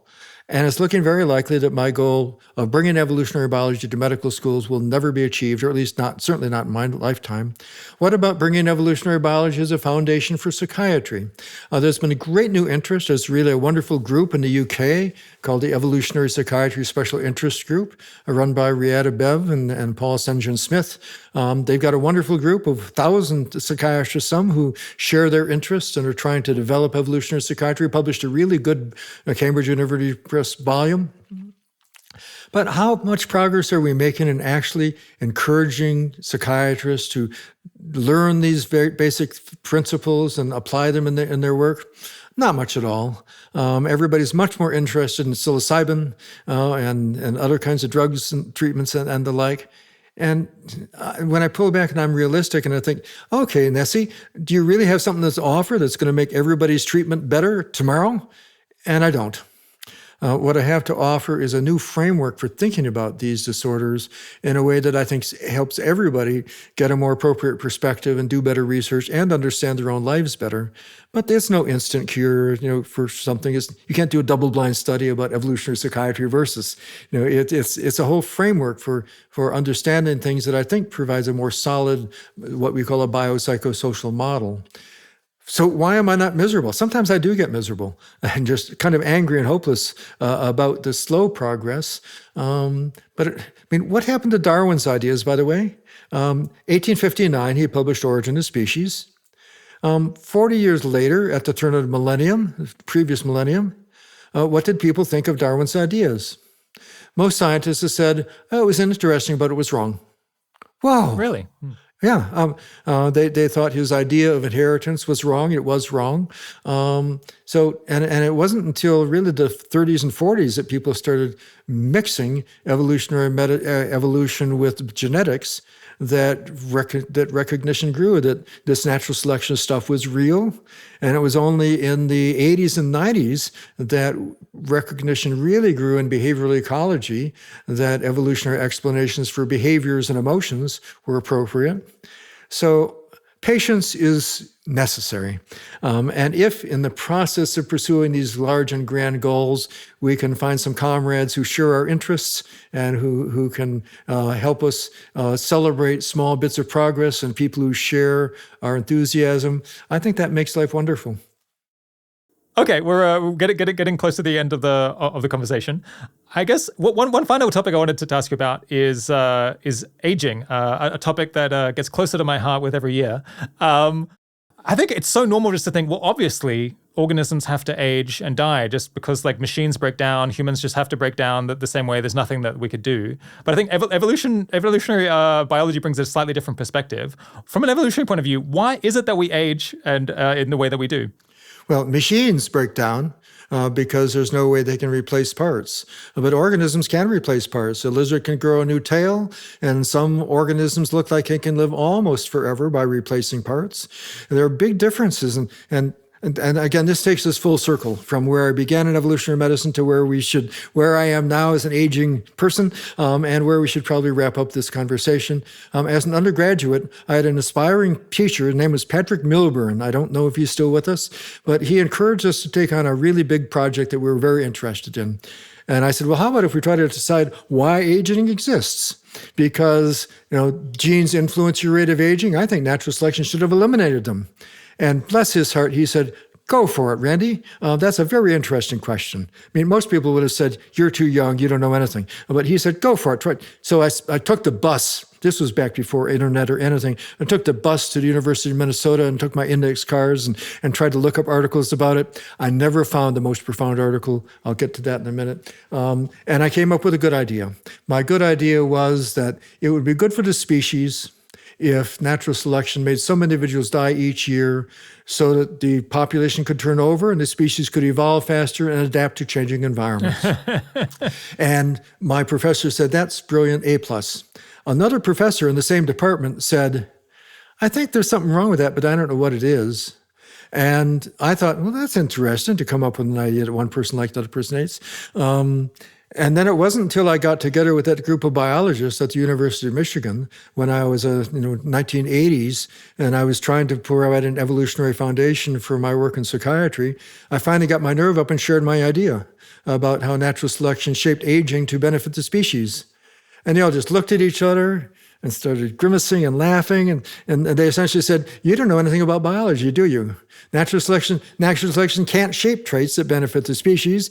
It only shapes traits to maximize gene transmission. I said, what? And they said, go get George Williams, 1957. And on the way home, I stopped by the library, photocopied a copy of that article, and it changed my whole career and my whole life because he explained why aging exists, that the same genes that make you age may give you benefits early in life. This is called antagonistic pleiotropy. But that's not the only explanation. It's also possible that, if other things kill off all members of a species by a certain age, other mutations can creep in and natural selection can't do anything about it. So I spent that whole summer doing research, trying to look up life tables of animals in the wild, and actually found very strong evidence that George Williams was right. I found that there was aging in the wild in certain species, varying a lot depending on what the species was, that could not be accounted for by mutations just creeping in because everybody died. They had to be accounted for by antagonistic selection, antagonistic pleiotropy. And this led me to collaborate with George Williams to write first a paper and then a book about evolutionary medicine. And so that's a good explanation. It's changed my life a little bit understanding that. Because I think once you understand that aging isn't something, it's not a disease, it's not something you can fight, it's something that you might as well be appreciative that natural selection has given us all so much extra vigor early in life at the price of problems later in life. So I think that means we should appreciate good health when we have it and not fight too much. We should exercise and eat right so we stay healthy as long as we can. But trying to fight and pretend that we are going to eliminate aging doesn't seem possible to me. Well, some people draw the opposite conclusion from this because they'd say, look, it's not the case that it would be impossible to design a human species that lived much longer lives or, conceivably didn't age at all. It would be possible. It's just that evolution hasn't happened to produce that result because of the circumstances in which we evolved. So maybe we just need to make some various modifications to get more replacement to generate the kinds of things that evolution would have prompted. If there'd been less predation in the ancestral environment and it would have been more beneficial to play a long game. So Michael Rose is a wonderful biologist who studies aging at UC Irvine, and I appreciate his expertise on this. He's done fabulous work on flies and their aging, and he thinks that we will be able to expand human lifespan quite a ways. In particular, it seems to me there may be a central trade-off that's involved because our ability to fight infections and our ability to slow aging has a lot to do with the degree to which oxidative radicals are generated in our bodies. And mitochondria are responsible for generating those radicals. And the mitochondria have their own interests different from our interests. And it might be possible to do things that allow us to continue to have substantial vigor and control the actions of those radicals by drug or other means. But now we're way out of my area of expertise, and it's probably too late for my lifespan to hope for that doing too much good. And I think we should wrap up around about this point. Absolutely. All right. My guest today has been Randy Nesse. Thanks so much for coming on the 80,000 Hours podcast, Randy. Really enjoyed talking with you, Rob. Look forward to hearing more another time.